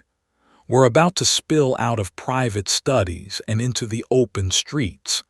setting in motion a revolution that would, within a few remarkable decades, completely redraw the map of an entire continent. The cry for freedom. I want you to imagine Bogotá on the morning of July 20th, 1810, a date that would come to be remembered in various forms across Colombia for centuries afterward. The city is tense that morning, word having spread through the streets that a group of Criollo leaders intend to use a fairly minor dispute, a Spanish merchant's refusal to lend a flower vase for a dinner being organized to honor a visiting official, as a spark to ignite something much larger, a public confrontation designed to expose and inflame long-simmering resentment against Spanish colonial authority. Let's slow down and really picture this scene, because history sometimes turns on moments that look, from the outside, almost absurdly small. A crowd gathers in the central plaza, tension rising, voices growing louder. Criollo leaders, men who had spent years reading Enlightenment philosophy by candlelight, now standing in the open square, giving speeches, calling for the formation of a local governing council, a junta that would rule in the name of the deposed Spanish King Ferdinand VII, who was, at this point, actually held captive by Napoleon's forces back in Europe. A genuinely chaotic situation across the entire Spanish Empire that Criollo leaders throughout the Americas were, in this same period, using as a pretext to begin asserting their own authority. By the end of that day, A new governing junta had been declared in Bogotá, and although the language used still nominally pledged loyalty to the captive Spanish king, the practical effect was the beginning of self-governance, a first, tentative step down a road that would, over the following decade and a half, and with considerable violence, uncertainty, and reversal along the way, eventually lead to full independence. This date, July 20th, is still celebrated today as Colombia's Independence Day, though the actual, final achievement of independence would take many more years of hard fighting to secure. I want you to imagine the mood in Bogotá in the months that followed, a strange mixture of genuine excitement and profound uncertainty. Newspapers and pamphlets circulated new political ideas more openly than ever before. Debates raged over what kind of government should actually replace colonial rule,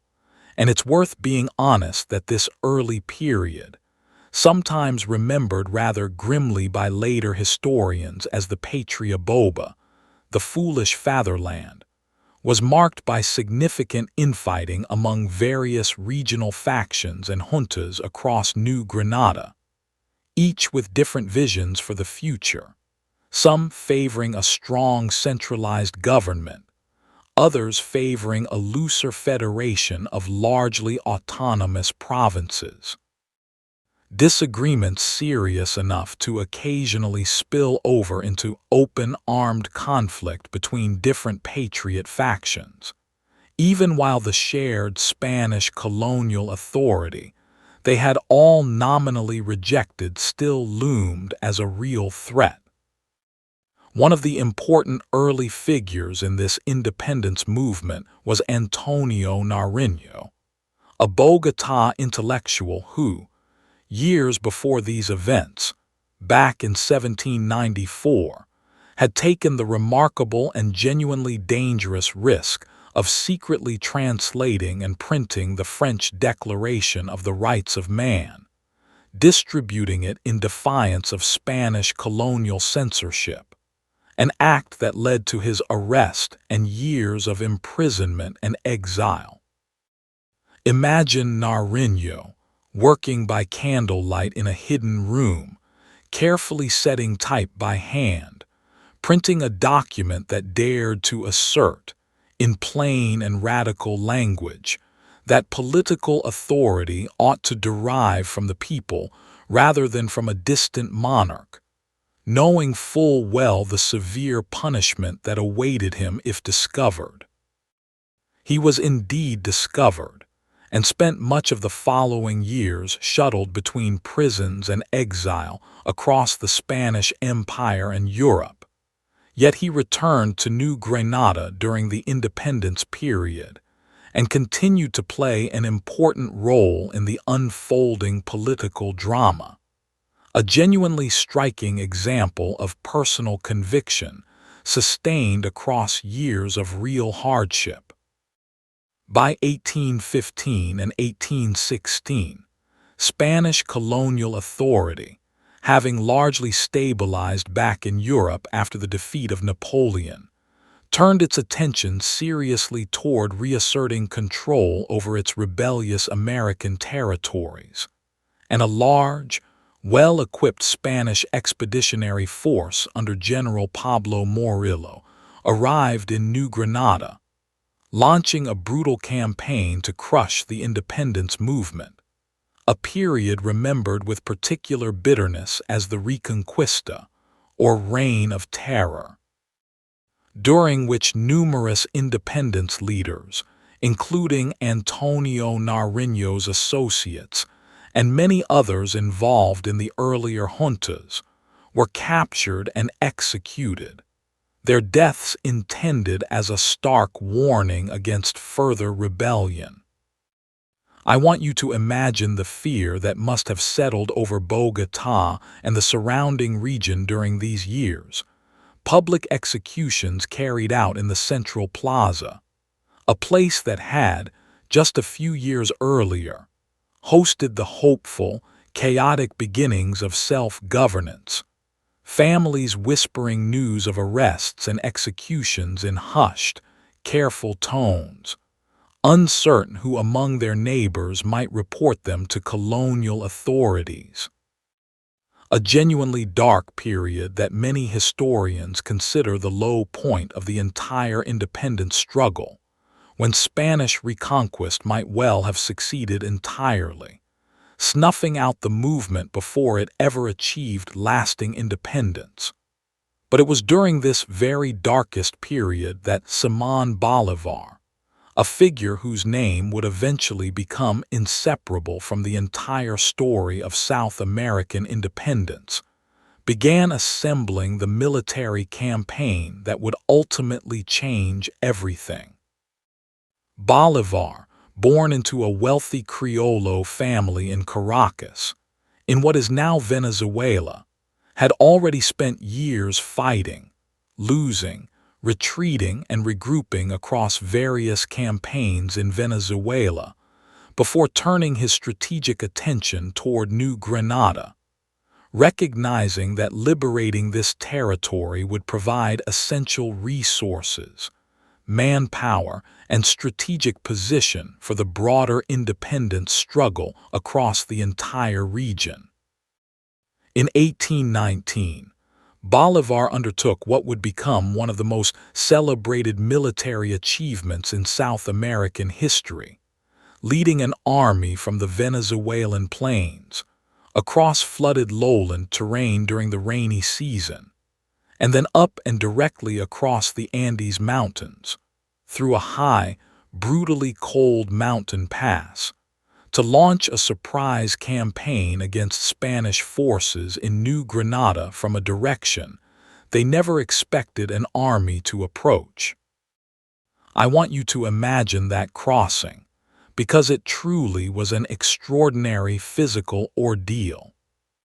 Bolívar's army, which included not only Venezuelan and New Granadan patriots,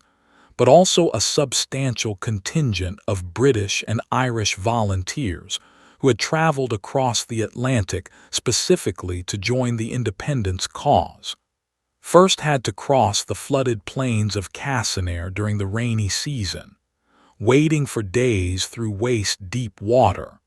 horses and cattle struggling through the mud, supplies constantly at risk of being ruined by the wet. And then, having survived that ordeal, the army faced an even more punishing challenge, climbing up into the high Andes through the Páramo de Pispa, a mountain pass sitting well above 13,000 feet, where temperatures drop close to freezing, where the air is thin enough to leave soldiers gasping, and where many of the tropical lowland soldiers in Bolívar's army, entirely unaccustomed to such cold, suffered severely, some dying from exposure during the crossing, along with a significant number of the horses and pack animals the army depended on. Picture the scene at night during that mountain crossing, soldiers huddled together for warmth in the thin, freezing air, no proper cold weather clothing, many of them having grown up in tropical or subtropical climates, and never having experienced anything like this bitter highland cold before, the wind howling across the exposed Páramo landscape, a strange, otherworldly type of high-altitude grassland ecosystem found only in the northern Andes, dotted with unusual plants called frailegens. Tall, fuzzy-leaved plants that seem to glow faintly in moonlight and give the whole landscape an eerie, dreamlike quality even under ordinary circumstances,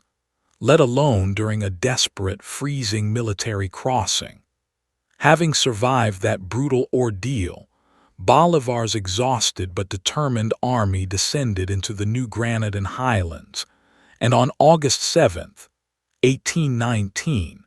met Spanish royalist forces at the Battle of Boyacá,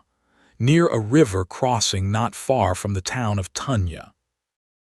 The battle itself was relatively brief, lasting only a few hours, but decisively favored the Patriot forces,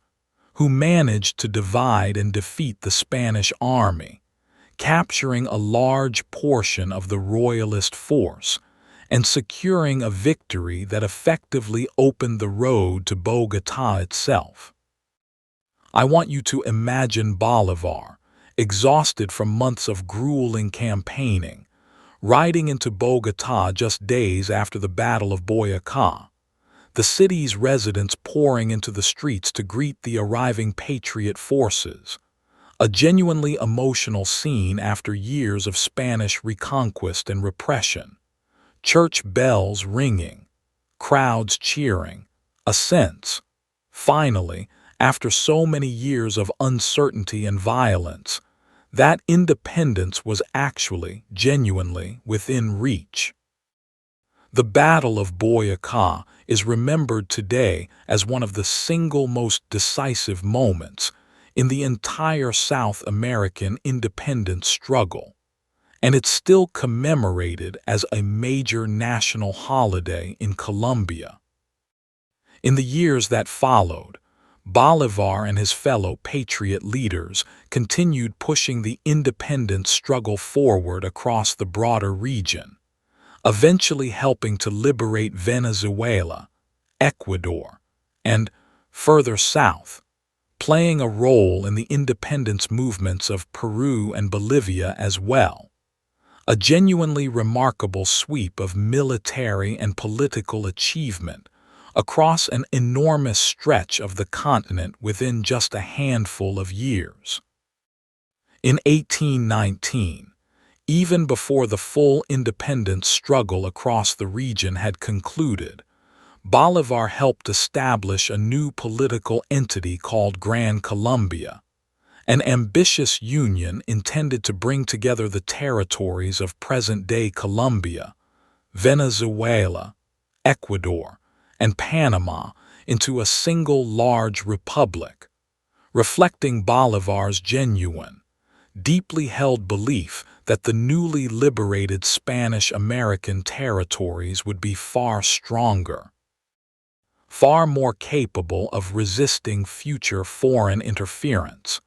if they remained unified rather than splintering into numerous smaller, potentially weaker individual nations.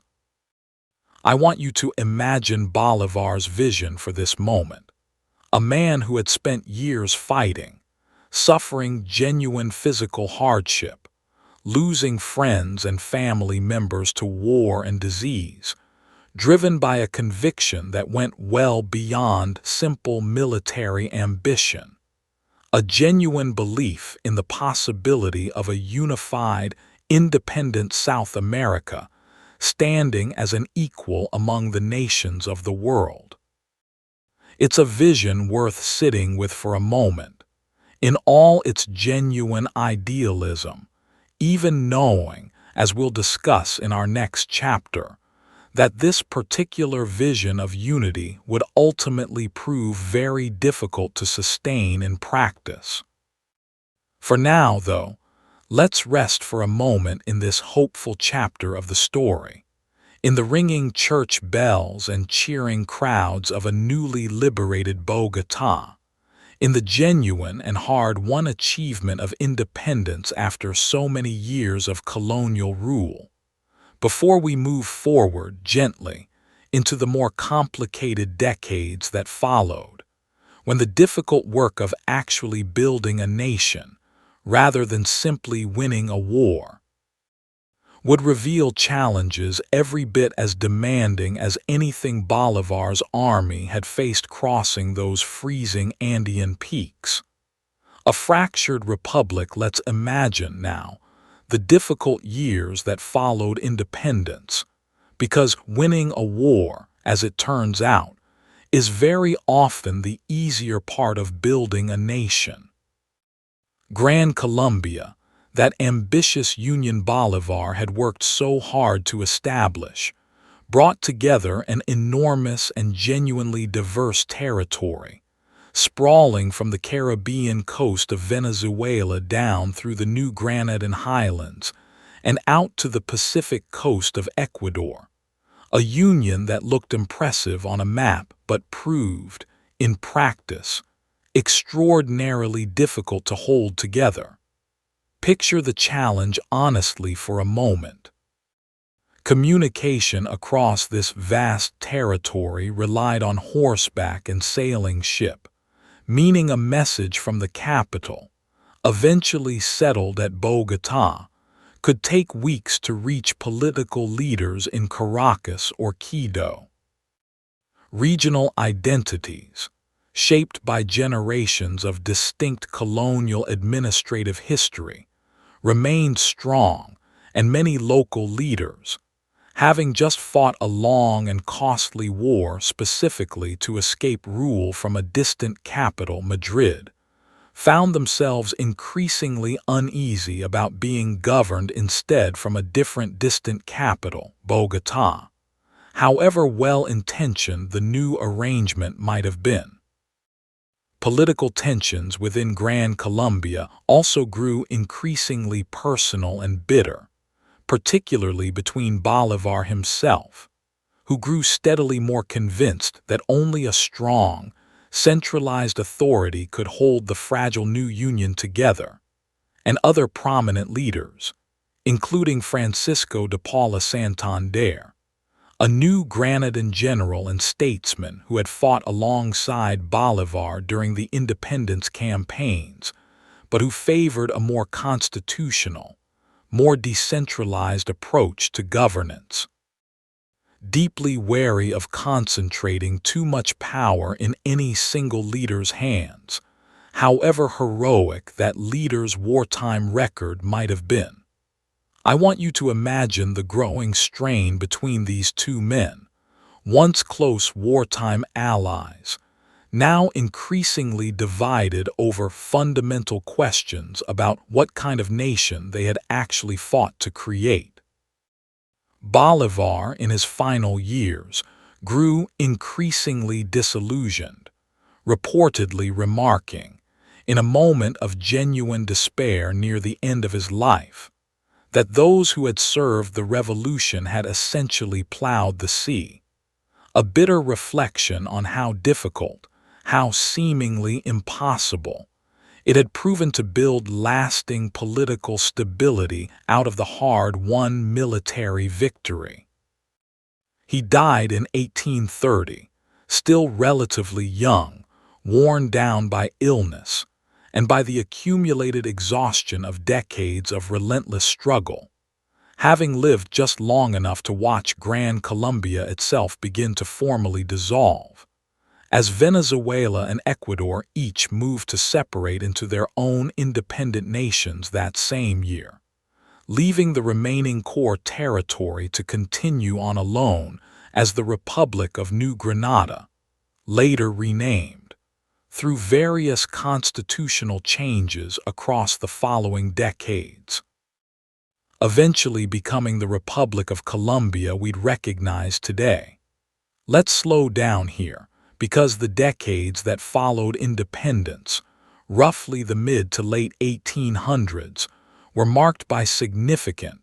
often quite bitter political conflict within this new and still forming nation, conflict that over time crystallized into two major political parties, the liberals and the conservatives, whose rivalry would shape, and at times violently disrupt, Colombian political life for well over a century. I want you to imagine the roots of this divide,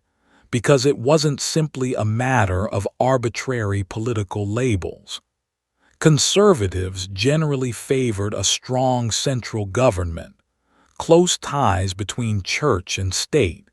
with the Catholic Church retaining significant influence over education and civil matters, and a more cautious, gradual approach to social change. Liberals, by contrast, generally favored a more decentralized federal system, reduced church influence over civil and educational institutions, and a broader, faster expansion of individual rights and freedoms, including, in various periods, genuinely significant efforts toward the abolition of slavery,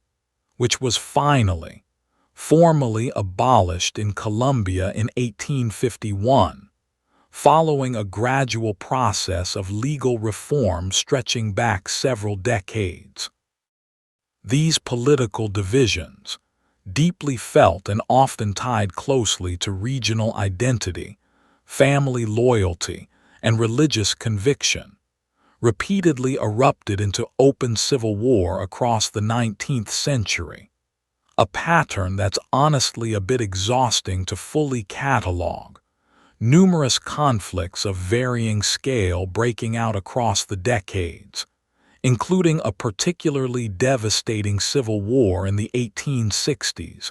and further significant unrest through the following decades. Each conflict leaving behind its own toll of lives lost and communities disrupted, and each one, in its own way, deepening the political and regional divisions that would continue shaping Colombian life for generations to come. Let's imagine, for a moment, ordinary daily life for a family living through one of these periods of civil conflict, somewhere in a small town in the Colombian countryside during the mid-1800s. Political affiliation, liberal or conservative, wasn't simply an abstract preference but something deeply woven into family identity, often passed down through generations, worn almost like a second surname. A father might have fought in one civil war as a young man, his sons growing up hearing stories of that conflict, absorbing its lessons and its grievances, sometimes finding themselves called to fight in a subsequent conflict of their own a generation or two later. Imagine the anxiety of a mother watching her sons ride off to join a local militia, uncertain when, or if, they'd return, the same uncertainty that has, in one form or another, touched countless families across countless conflicts throughout human history, a particular kind of quiet, worried waiting that transcends any specific time or place. The most devastating of these 19th century conflicts came right at the century's close. A civil war so severe it earned the grim name the Thousand Days' War, fought between 1899 and 1902, primarily between liberal and conservative factions, though it also became entangled with broader regional tensions and, in its final stages, with growing foreign interest in a canal project across the narrow Isthmus of Panama, which was, at this time, still a part of Colombia. I want you to imagine the sheer scale of hardship this war produced. Historians estimate that somewhere between 60,000 and 100,000 people died over those roughly 3 years of fighting, a staggering toll for a nation with a total population, at the time, of only around 4 million people.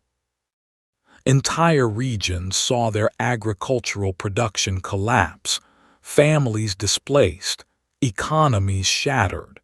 a genuinely traumatic period that left deep scars across Colombian society, and one that ended in 1902 with a negotiated peace that left the underlying liberal-conservative tensions largely unresolved, merely paused, exhausted, rather than genuinely healed. And then, in the immediate aftermath of this devastating war,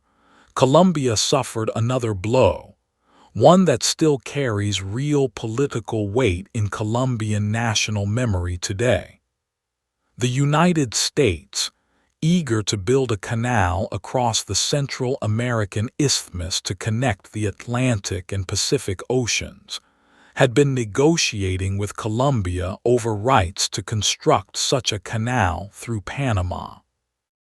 when the Colombian Senate, in 1903, rejected a proposed treaty over concerns about sovereignty and compensation terms.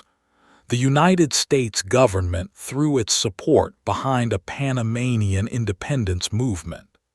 and backed by the presence of American naval vessels that effectively prevented Colombian forces from suppressing the rebellion. Panama declared independence in November 1903,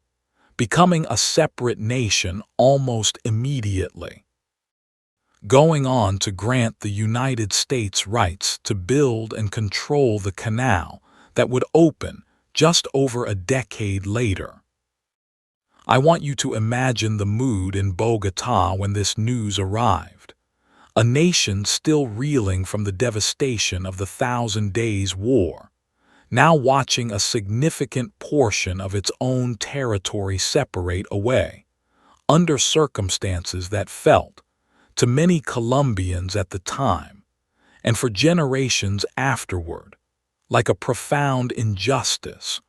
orchestrated at least in significant part by external interests rather than genuine internal Panamanian sentiment alone. Though it's worth noting that Panama had indeed experienced its own recurring separatist tensions from Bogotá across much of the 19th century as well. The loss of Panama remained a genuinely sore point in Colombian national consciousness for decades, and it wasn't until 1921, under continued diplomatic pressure and eventual financial compensation from the United States, that Colombia formally recognized Panamanian independence. Despite all of this hardship, war, political division, and territorial loss, the early decades of the 20th century also brought, gradually, a measure of genuine economic development and modernization to Colombia. Railways slowly expanded across the difficult mountainous terrain, connecting previously isolated regions. Coffee cultivation, which had been steadily expanding across the fertile mountain slopes of regions like Antioquia and the coffee-growing zone further south throughout the latter half of the 19th century, grew into the backbone of the national economy. Small family farms across the steep green hillsides tending careful rows of coffee plants, their bright red cherries hand-picked at harvest, a crop and a culture that would, over the following century, become genuinely inseparable from how the rest of the world came to think of Colombia. I want you to imagine a coffee farming family in the early 1900s, somewhere on a steep hillside in Antioquia, the whole household involved in the rhythm of the harvest season, moving carefully along rows of coffee plants heavy with ripe red cherries, picking each one by hand since the coffee cherries on a single plant don't all ripen at the same time, requiring repeated careful passes through the fields over several weeks. In the evening, the harvested cherries would be processed, the outer fruit removed, the beans washed and laid out to dry in the sun on large patios, a process the whole family would have understood intimately, generation after generation, a quiet, patient agricultural rhythm that continues in broadly similar form across many of these same hillsides even today. By the 1920s, Colombia was also beginning to see the early stirrings of industrial development, and it's here, at this particular juncture, that we arrive at one of the more sobering episodes of this era, a moment that would go on to have significant political and cultural resonance for generations, remembered as the Banana Massacre. Let's set this scene carefully. In the early 20th century, The United Fruit Company, an American corporation, had established an enormous banana plantation operation along Colombia's Caribbean coast, near the town of Ciénaga, employing thousands of local workers under conditions that many workers found genuinely exploitative: low wages, difficult labor conditions, and company practices that left workers with little real recourse or bargaining power. In late 1928, thousands of banana workers organized a strike, demanding improved wages, better working conditions, and formal written contracts. I want you to imagine the scene in Ciénaga on the night of December 5, 1928. A large crowd of striking workers and their families gathered in the town's central plaza, having been told to assemble to hear an announcement, when Colombian military forces, deployed under pressure stemming from concerns about American economic interests and broader anxieties about the strike's disruption to the banana export economy, opened fire on the gathered crowd. The exact death toll remains genuinely disputed to this day, official government reports at the time listing far fewer casualties than many independent accounts and later historical investigations suggest, with some estimates running into the hundreds of victims. A genuinely tragic and controversial event that left a lasting mark on Colombian political memory and later became immortalized in fictionalized but emotionally resonant form.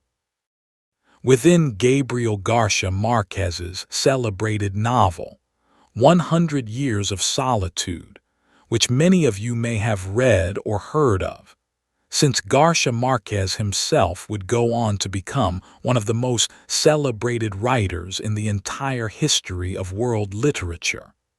A topic we'll return to when we reach Colombia's remarkable modern cultural achievements later in this story.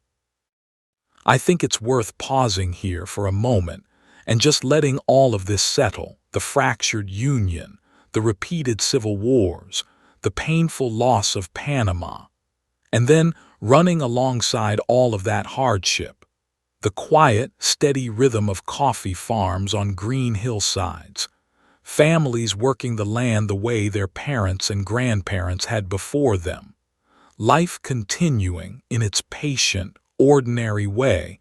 even through decades of genuine political turbulence. In our next chapter, we're going to move into the middle decades of the 20th century, into a period of even more intense internal conflict that Colombians came to call, with grim simplicity, la violencia, the violence, and we'll trace how the long shadow of that period eventually connected, in later decades, to conflicts that many of you listening tonight may actually remember from more recent news coverage. I want to walk through this carefully and calmly with you, because it's an important part of the story, even though it's a heavy one, and I promise we'll come out the other side of it together, into the more hopeful and stable Colombia of recent years. Let's rest a moment here, and then continue on. La Violencia. I want you to imagine Bogotá on the afternoon of April 9th, 1948, an ordinary spring day in the Highland capital,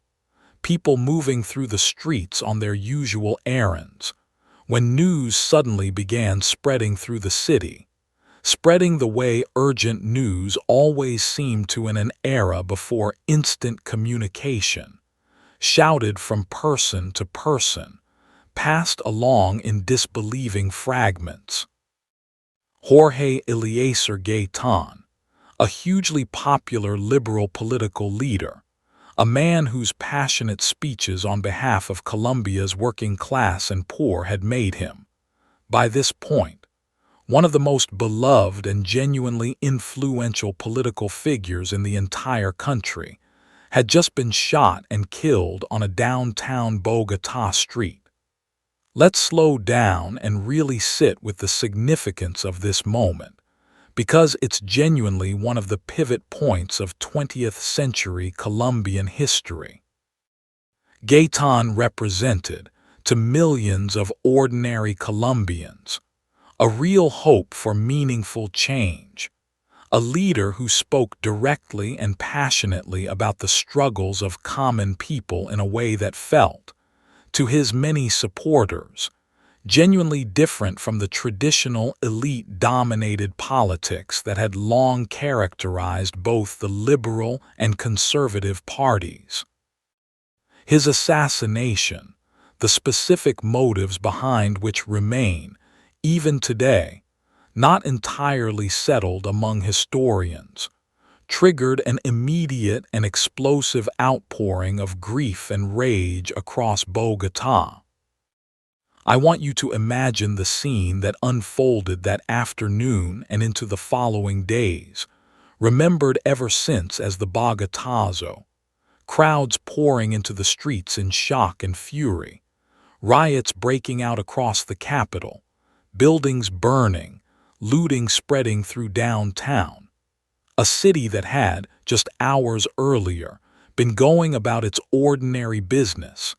suddenly transformed into a scene of chaos and destruction that left hundreds dead and significant portions of central Bogotá in ruins. The violence and unrest spread, in the days and weeks that followed, well beyond the capital itself, into rural areas across the country, where long-simmering liberal and conservative political tensions that had never really been fully resolved since the Thousand Days War half a century earlier, ignited into widespread and often brutally personal rural violence. This period, stretching roughly from 1948 through the late 1950s, came to be known simply as La Violencia,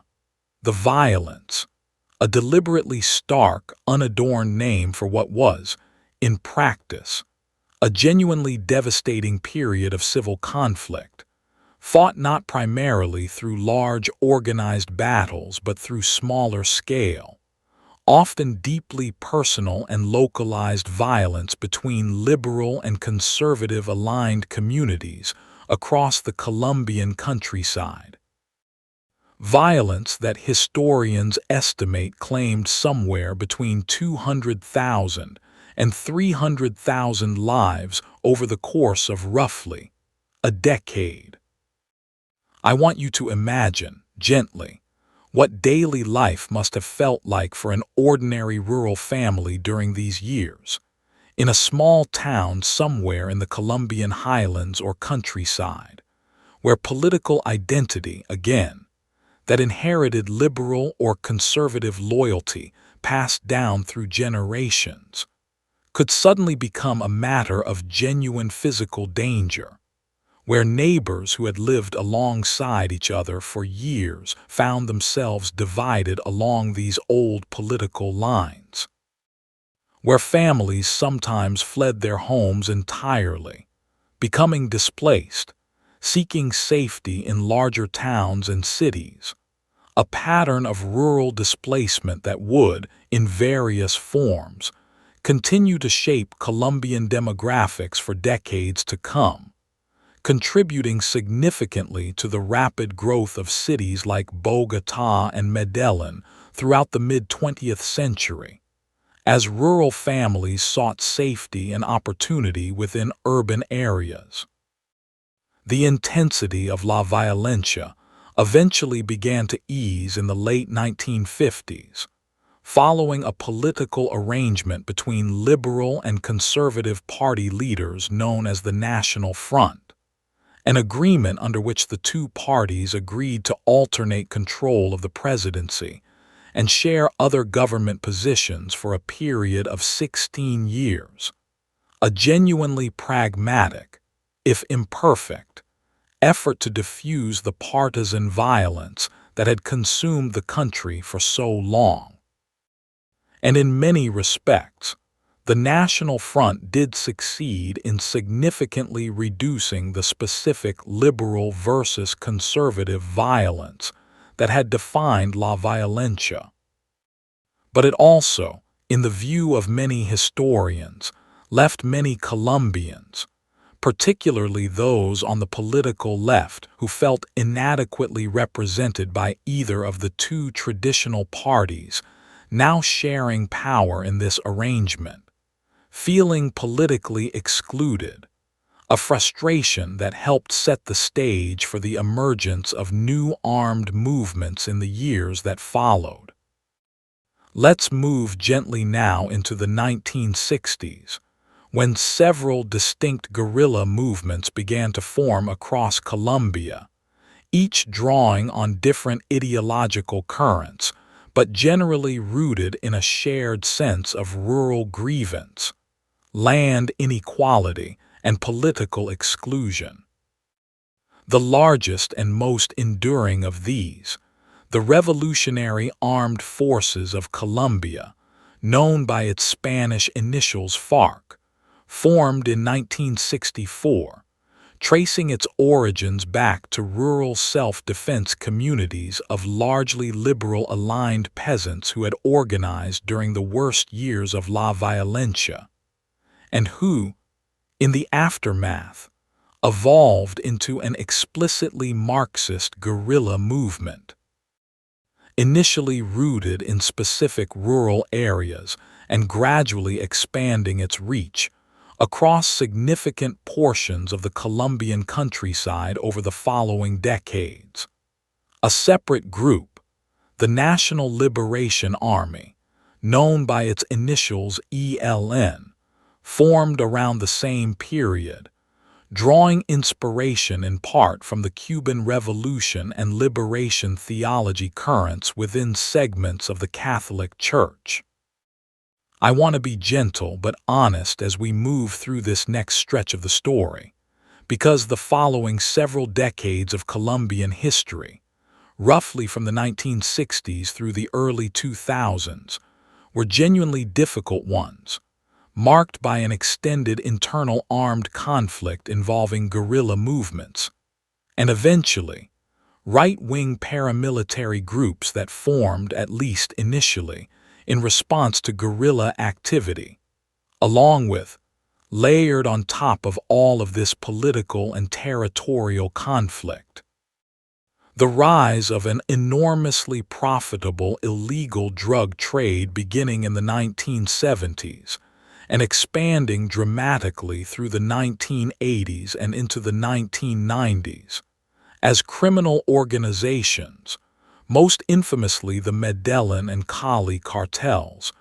built vast trafficking networks supplying cocaine to markets, above all, in the United States. I don't want to dwell too long or too graphically on the specific violence of this drug trade era, since that's not really what this quiet, drowsy kind of storytelling is meant for. And frankly, it's a period that's already been covered extensively, sometimes rather sensationally, in countless other shows and documentaries. What I think is more worth sitting with gently is the genuine toll this extended period took on ordinary Colombian communities, on families in both rural and urban areas who lived for years under the strain of an armed conflict that touched, in one way or another, nearly every corner of the country, through displacement, through economic disruption, through the simple, exhausting uncertainty of daily life carried on under the shadow of ongoing violence. I want you to imagine, instead, the quieter forms of resilience that persisted through these difficult decades, because they're just as much a part of this story as the conflict itself. Imagine a rural family farming coffee or other crops on a mountainside somewhere, continuing their daily agricultural rhythm even as news of conflict elsewhere in the country reached them through radio broadcasts, tending their fields, sending their children to a small local school, gathering for church on Sunday, maintaining, as best they could, the ordinary rhythms of daily life. The same rhythms of firelight and family dinner and quiet evening conversation that have run underneath every single chapter of this long story, even during its most difficult stretches. That kind of quiet, persistent, everyday endurance, carried forward by millions of ordinary Colombian families across these difficult decades, deserves genuine respect and recognition, even as we acknowledge honestly how hard this extended period truly was. Throughout these same decades, Colombia's cities, meanwhile, continued to grow rapidly. Bogotá, Medellin, Cali, and Barranquilla expanding into major urban centers, developing universities, industries, and increasingly vibrant cultural scenes, even as the country as a whole navigated its ongoing internal conflict. It was during this same broad period, interestingly, that Colombian literature and art achieved genuinely extraordinary international recognition, most notably through the work of Gabriel Garcia Marquez, whose 1967 novel 100 Years of Solitude, blending historical memory, family saga, and a genuinely distinctive narrative style that came to be known as magical realism,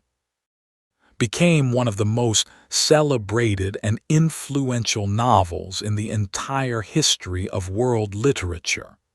eventually earning Garcia Marquez the Nobel Prize in Literature in 1982.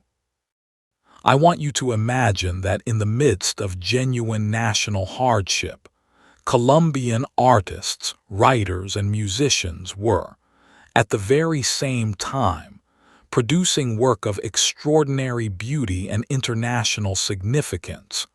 a reminder that a nation's story, even during its most difficult chapters, is never made up of only one thread. By the late 1990s and into the early 2000s, the scale of Colombia's internal armed conflict had reached a genuinely severe point,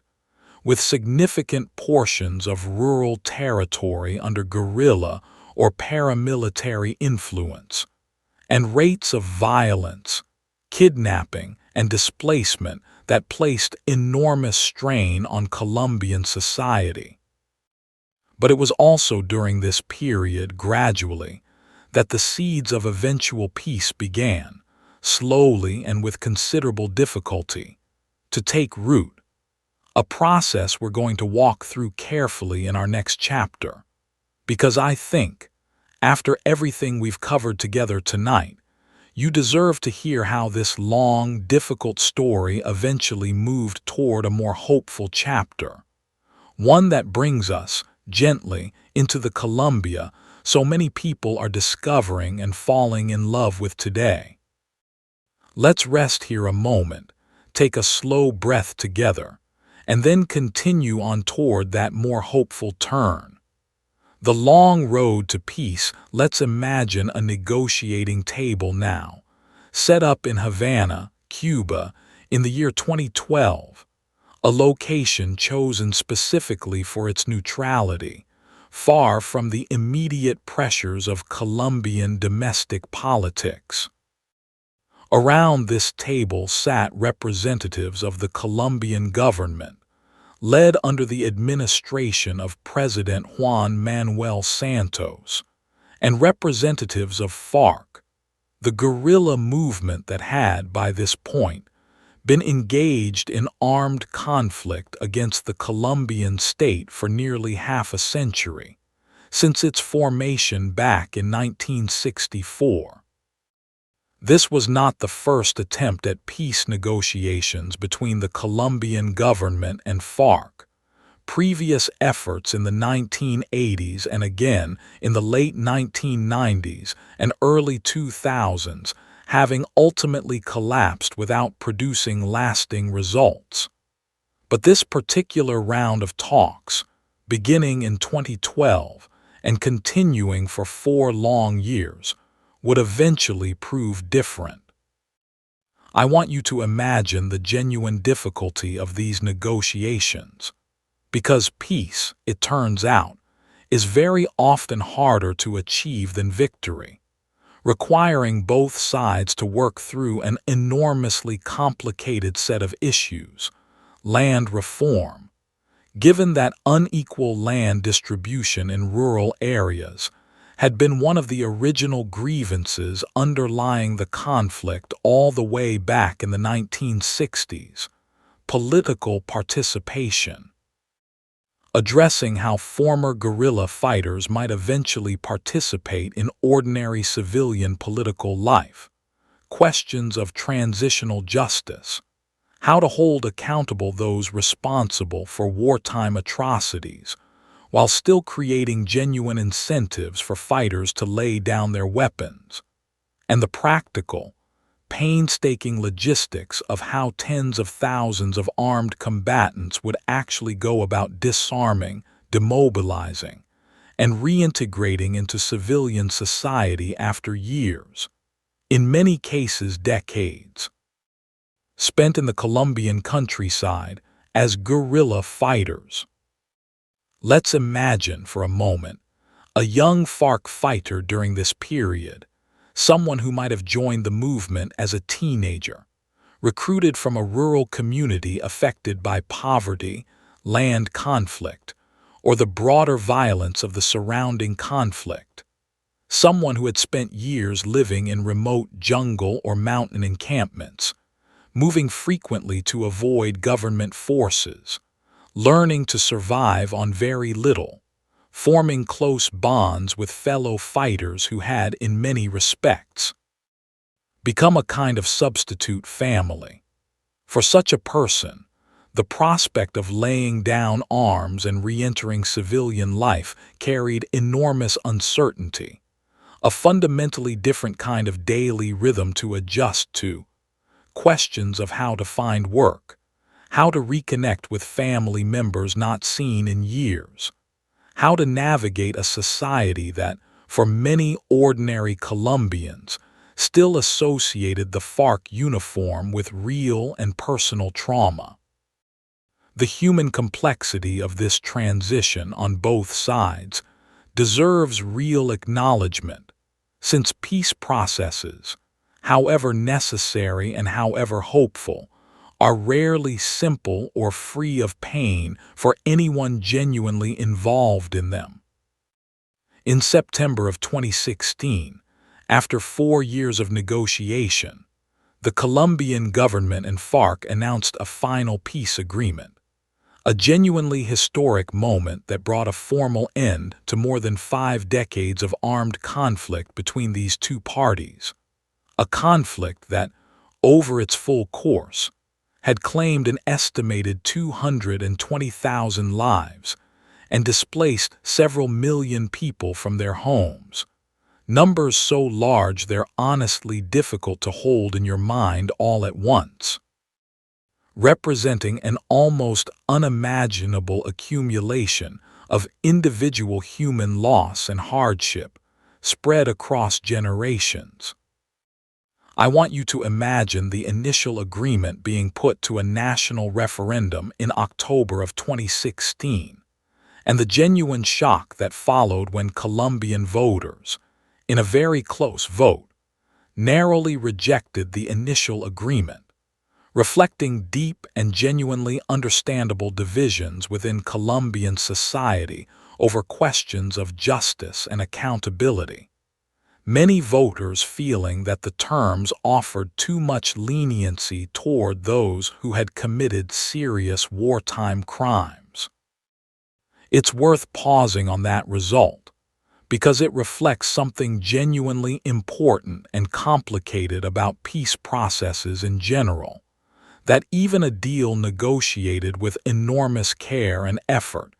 can still leave large segments of an affected population feeling that justice has not been adequately served, a tension that doesn't really have a clean, simple resolution. Following this unexpected rejection, negotiators returned to the table, revised the agreement to address some of the concerns raised, and in November of 2016, a revised peace deal was signed and ratified through the Colombian Congress rather than a second referendum. That same year, President Juan Manuel Santos was awarded the Nobel Peace Prize in recognition of his efforts to bring this long conflict to a close, a genuinely significant international acknowledgement of just how consequential this achievement was,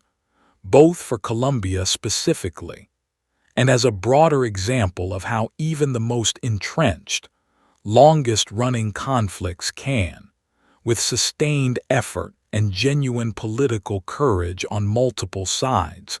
eventually find a path toward resolution. I want to be honest with you, in this quiet late-night telling, that the years since 2016 have not represented some perfectly smooth, fully resolved transition to complete peace. Portions of former FARC territory have, in some cases, seen new armed groups, dissident factions who rejected the peace process, or other criminal organizations, move in to fill the vacuum left behind, and Colombia's other major guerrilla movement, the ELN, remained, for a considerable period following the 2016 agreement, still engaged in its own separate ongoing conflict with the Colombian state. Though various rounds of negotiation between the government and the ELN have continued in the years since, reflecting an ongoing, still unfolding process rather than a single completed chapter, Colombia's story, like most real national histories, doesn't wrap up into a perfectly neat bow, and I think it's more honest and frankly more respectful to the genuine complexity of what Colombians have lived through, to acknowledge that clearly rather than pretending otherwise.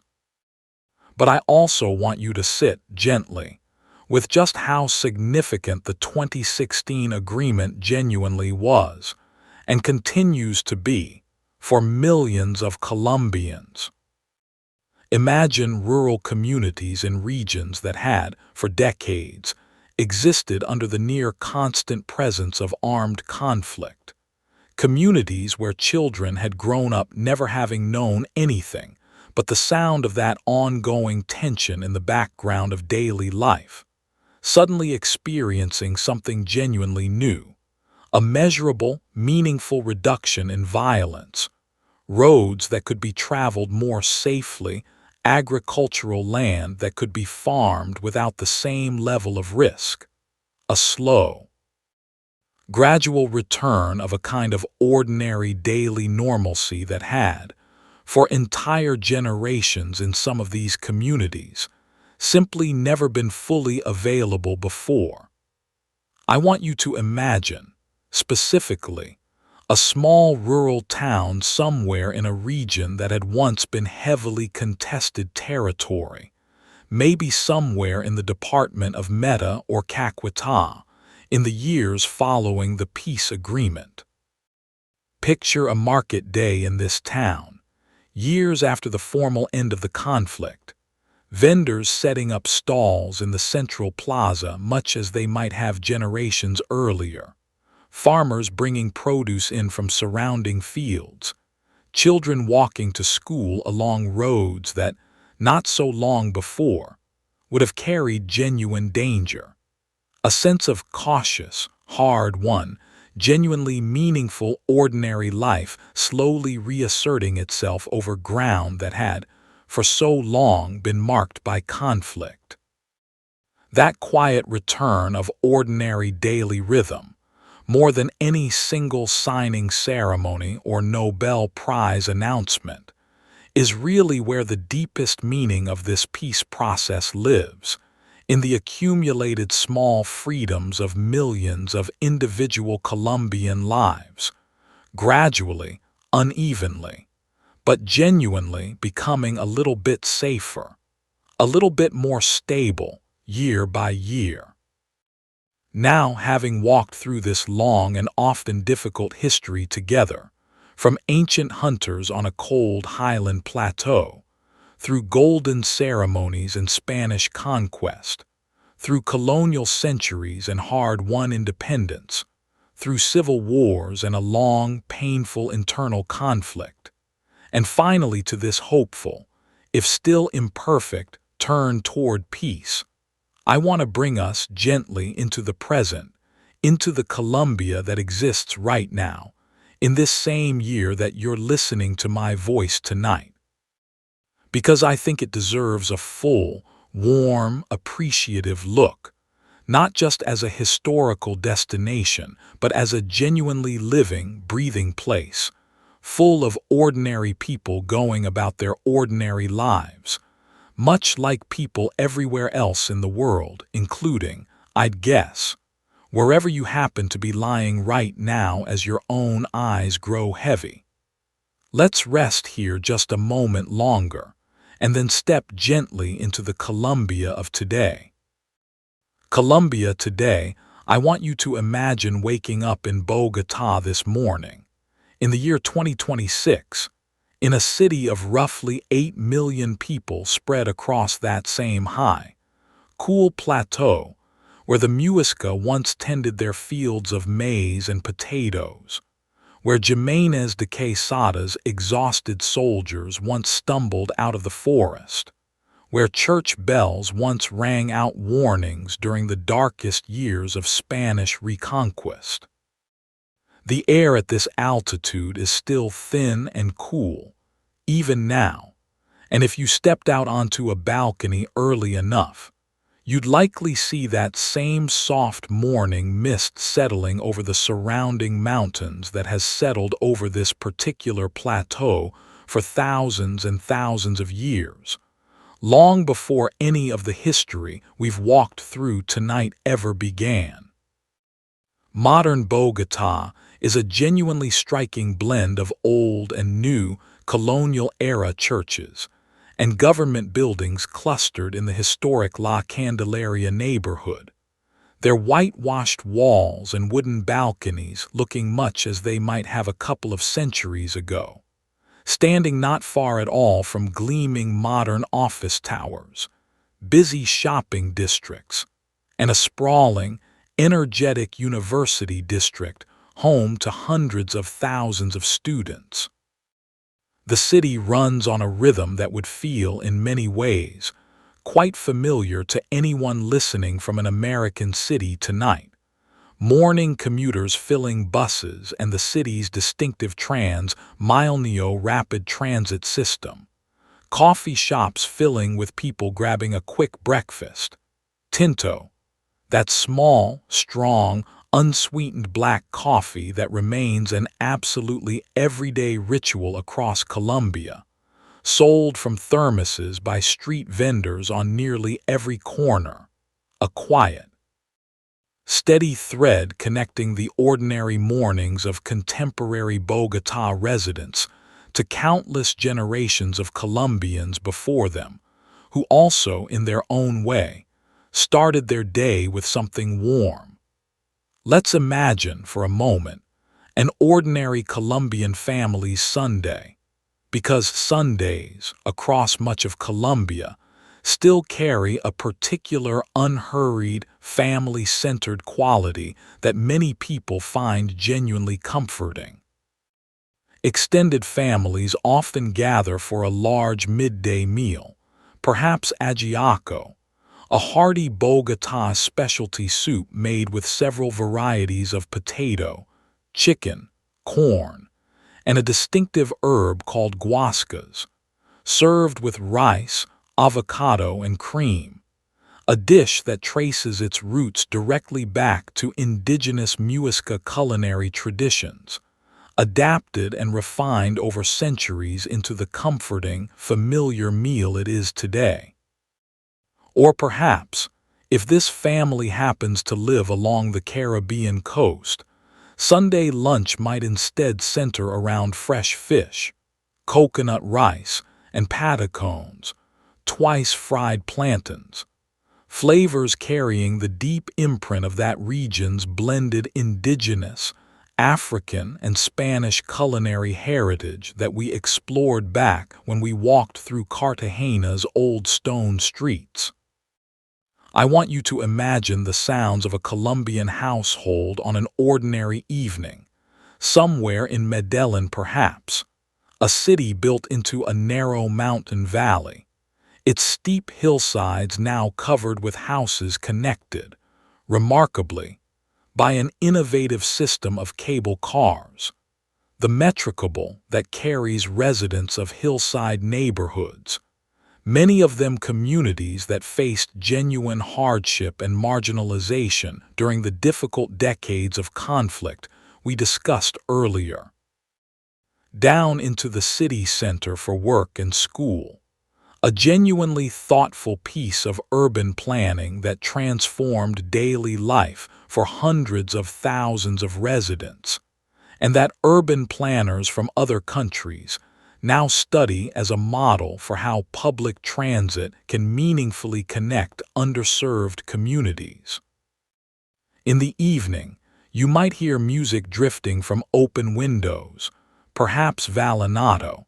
that distinctive accordion-driven folk music tradition from the Caribbean coast, its rhythms and storytelling lyrics tracing back generations. Or perhaps salsa,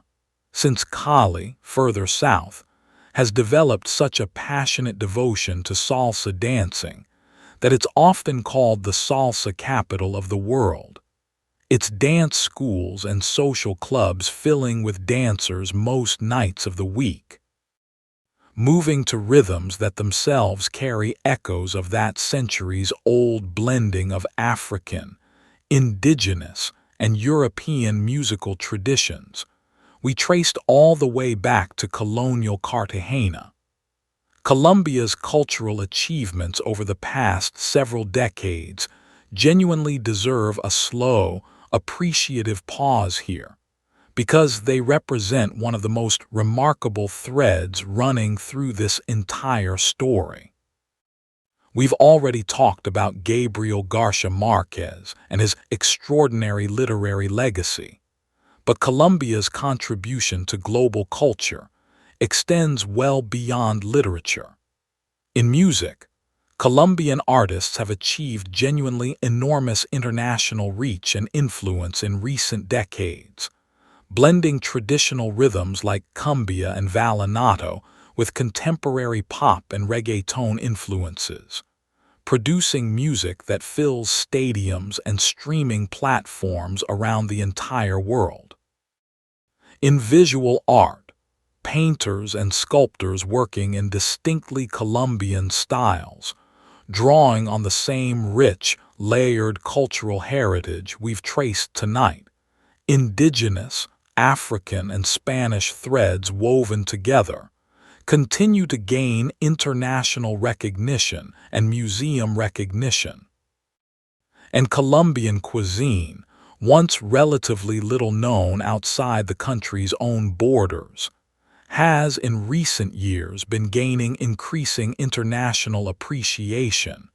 its remarkable regional diversity, shaped, as we've seen throughout tonight's story, by this country's extraordinary geographic variety, coastal, highland, jungle, and plains, offering flavors and dishes genuinely distinct from the more broadly familiar Mexican or Tex-Mex styles many American listeners might more immediately associate with Latin American food. Let's take a moment to imagine Colombia's extraordinary natural landscape as well,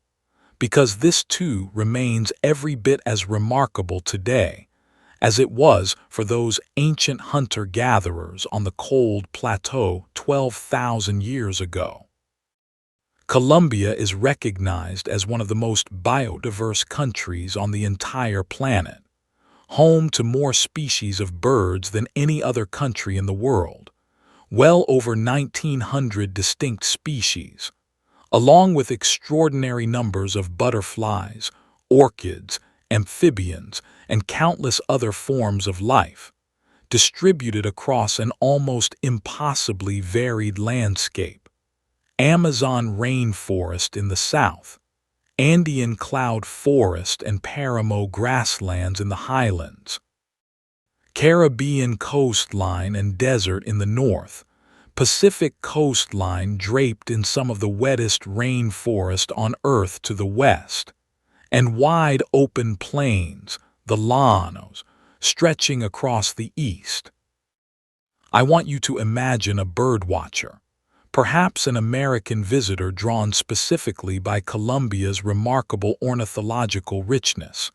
standing quietly at dawn in a cloud forest somewhere in the Andes, mist still clinging to the trees, listening as the forest slowly wakes up around them, layer upon layer of birdsong emerging from the canopy, tanagers and hummingbirds, and the occasional distant call of a quetzal, a landscape so rich in life that dedicated birdwatchers can, in a single well-planned trip, encounter more bird species here than in almost anywhere else on the entire planet. And of course, we can't talk about Colombia today without pausing warmly on coffee, since it remains such a central thread in both the country's economy and its cultural identity. The coffee cultural landscape, a mountainous region spanning parts of several central departments, was recognized by UNESCO as a World Heritage Site specifically for the way its small family farms, its distinctive architecture, and its centuries of accumulated agricultural tradition represent a genuinely unique and remarkably well-preserved way of life. I want you to imagine visiting one of these coffee farms today, walking among rows of coffee plants on a steep green hillside, the air carrying that particular earthy, slightly sweet smell of ripening coffee cherries. A farmer explaining with real evident pride techniques passed down through 4 or 5 generations of his own family. The same patient, careful hand harvesting process we imagined earlier in this story, still carried out today in broadly similar form. Connecting the Colombia of 2026 directly back to those early 20th century coffee families we imagined a few chapters ago. I think it's also worth pausing gently on how Colombia is perceived today by many Americans who haven't yet had the chance to visit or learn its fuller story. Because I suspect, if you're listening from the United States tonight, some part of your own mental picture of Colombia may still be shaped, understandably, by decades of news coverage and popular entertainment focused heavily on the drug trade conflicts we discussed a couple of chapters back. And I don't think it does anyone any favors to pretend that history didn't happen, or that its effects have entirely disappeared. But I do think it's genuinely worth knowing, as you drift towards sleep tonight, that the Colombia many travelers, including a steadily growing number of American visitors in recent years, actually encounter today is overwhelmingly a country of warm, welcoming people, remarkable natural beauty, rich culinary and musical traditions, and cities that have, in many cases, transformed themselves dramatically over the past 2 or 3 decades, investing heavily in public transportation,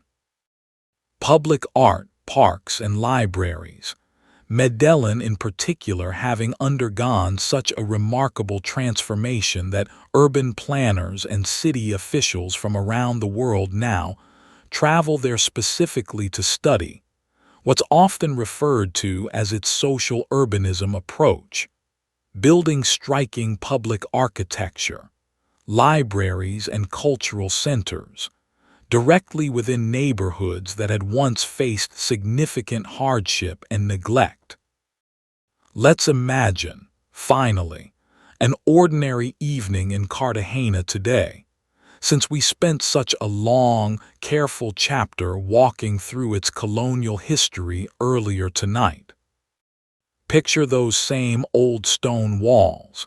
that same Castillo San Felipe fortress standing watch over the city. But now, in the present, the plazas inside those walls filled in the evening with a genuinely lively mix of local residents and visitors from around the world, restaurants and cafes spilling out onto cobblestone streets, live music drifting from open doorways, the same warm Caribbean breeze that's moved through this city for 5 centuries carrying now, alongside its old familiar scent of salt and sea, the smell of grilled fish and fresh mango, and the particular sweetness of a local dessert being sold from a cart somewhere nearby. The old fortress walls, once built to withstand pirate attacks and naval sieges, now stand as one of Colombia's most beloved historical landmarks, their long, dramatic history fully preserved and openly shared with visitors. A genuinely graceful way for a place with such a complicated, sometimes painful history to carry that history forward,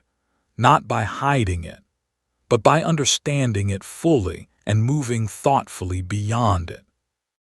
I want you to sit for just a moment with the full sweep of everything we've covered together tonight.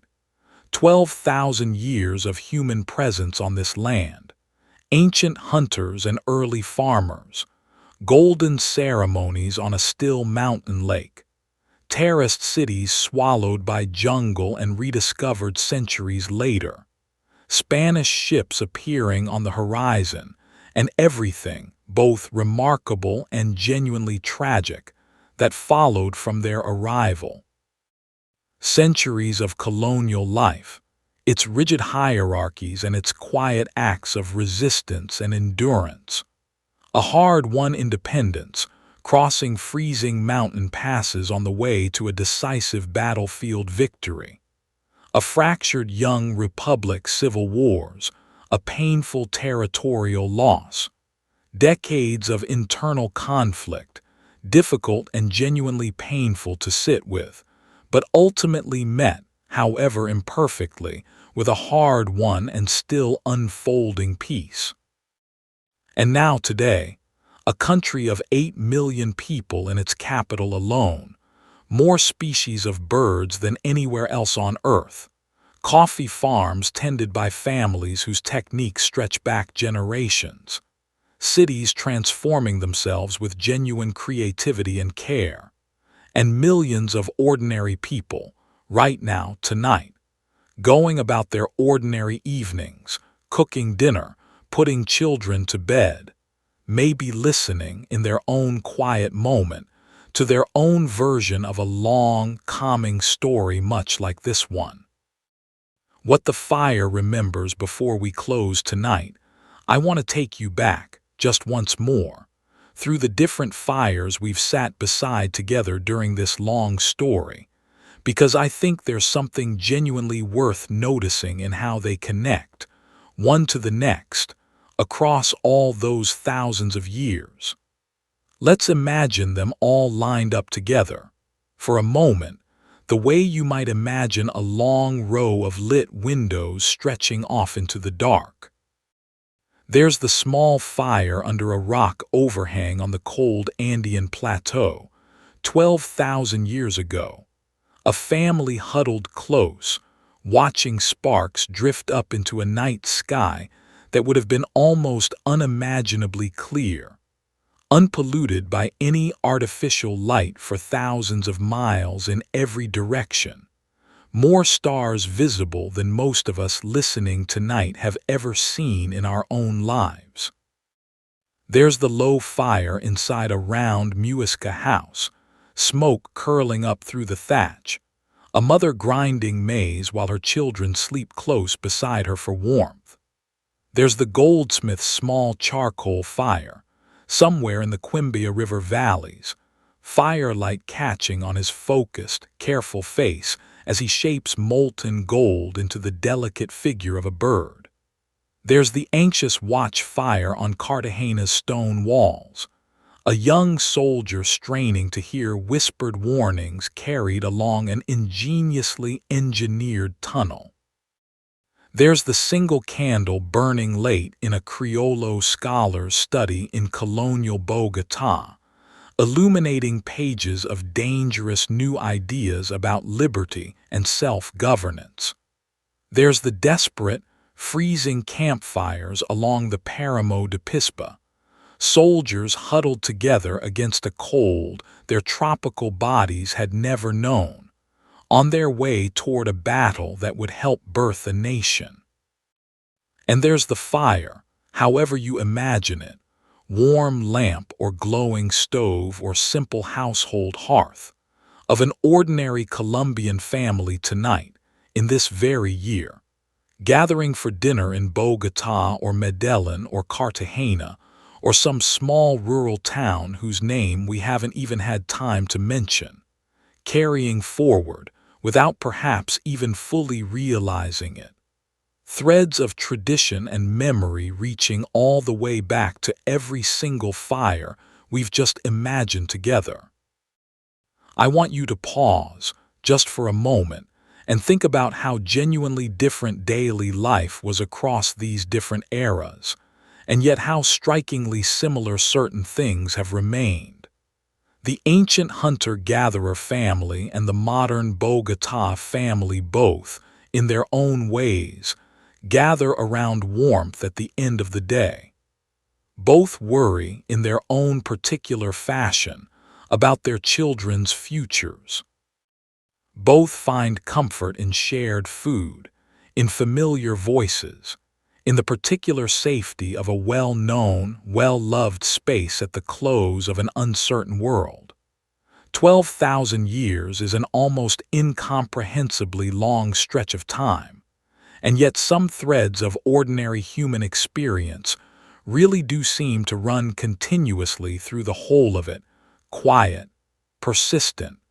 largely unchanged by all the empires and conquests and revolutions layered on top.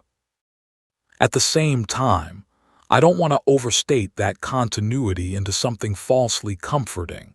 because so much did change, and so much of that change came at genuine cost. The ancient peoples of this land, the Muisca and the Tairona and the Quimbia and the Zenu, and so many others we haven't even had time to name tonight, saw their world reshaped, and in many painful ways diminished, by a conquest they never chose and could never have fully anticipated. The enslaved men and women brought forcibly across the ocean to Cartagena's harbor endured a suffering that deserves to be remembered honestly and clearly, not softened into some vague, comfortable abstraction. The families torn apart by civil war, by la violencia, by decades of armed conflict, carried real, specific, individual grief that doesn't simply dissolve because a peace agreement was eventually signed decades later. A true history, I think, has to hold both of these things at once: the genuine continuity of ordinary human warmth and resilience across the centuries, and the genuine, specific weight of the harm and loss that so many people along this long timeline actually endured. I hope, across everything we've walked through tonight, I've managed to honor both sides of that balance for you. I want you to imagine, one more time, a present-day Colombian grandmother, somewhere in a small kitchen, maybe in a highland town not far from where the Muisca once tended their fields, or maybe down along the coast near where Cartagena's old walls still stand, telling her grandchildren a story of her own, perhaps about her own grandmother, or about a particular difficult year she remembers from her youth, or simply about how things used to be done differently when she herself was young. Every family in every country carries its own version of this ongoing chain, story passed down to story, memory folded into memory, and Colombia's version of that chain happens to stretch back, as we've now walked through together, an especially long and especially rich distance, through ancient hunters and golden kingdoms and conquest and colony and independence and conflict, and finally, into this present, ordinary, hopeful moment. And I think that's a genuinely good place to let this long story rest. A quiet word about the Colombia living among you before we take our final journey across the land itself.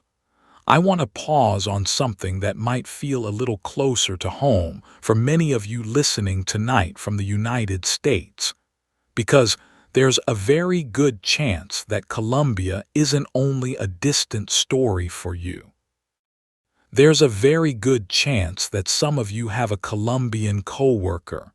a Colombian neighbor, a Colombian friend from college, or perhaps you yourself, or someone in your own family carries Colombian heritage. Colombian immigration to the United States grew significantly across the second half of the 20th century, with major waves arriving during the difficult decades of internal conflict we walked through earlier tonight. Families seeking safety, stability, and opportunity, settling in considerable numbers in cities like New York, Miami, and increasingly, in recent decades, in a much wider range of American cities and towns. Today, Colombian Americans number well over 1 million people, forming vibrant communities that have, in cities like Miami and Jackson Heights in New York, built entire neighborhoods carrying the unmistakable imprint of Colombian culture, restaurants serving arepas and bandeja paisa, bakeries selling pan de bono and buñuelos, the sound of vallenato or salsa drifting from storefronts, a small transplanted thread of everything we've walked through together tonight, still very much alive, still being lived out in ordinary American neighborhoods right now. I want you to imagine a Colombian family, perhaps having arrived in the United States a generation or two ago, gathering for a holiday meal somewhere in an American city tonight, the grandparents perhaps still speaking primarily Spanish, the grandchildren fluent in English but still carefully taught the recipes, the music, the stories, a household holding two countries at once, in the same quiet, ordinary way that immigrant families have always done everywhere, across all of human history. If that happens to be your own story, or your own family's story, I hope tonight's long journey through Colombia's full history offered you something meaningful, a fuller, richer picture of the extraordinary depth behind the culture you grew up with, or perhaps married into, or perhaps simply grew to love through a Colombian friend who once cooked you dinner and told you, in passing, some small fragment of everything we've just spent hours walking through together. And if Colombia isn't part of your own personal story at all, if tonight was simply your first real, slow introduction to this remarkable country, I hope you leave this story with a fuller, warmer, more textured picture than whatever you carried in with you a few hours ago. A picture built not just from headlines or brief impressions, but from ancient hunters and golden lakes and terraced mountain cities, from hard-won independence and painful conflict, and finally, hard-won peace. From coffee farms and cable cars and carnival parades, and I hope, from the quiet, genuine warmth that I've tried to carry through every single chapter of tonight's telling. A slow journey across the land itself before we close tonight. I want to take you on one more gentle journey, not through time this time, but across the land itself, because I don't think you can really understand Colombia's long history without understanding just how remarkably different its various regions are from one another, and how that variety shaped every single chapter we've walked through together tonight. Let's start in the Amazon, in Colombia's far south, where the country shares a portion of the vast Amazon rainforest with Brazil, Peru, and several other neighboring nations. Imagine drifting slowly down a wide, brown river deep in this rainforest,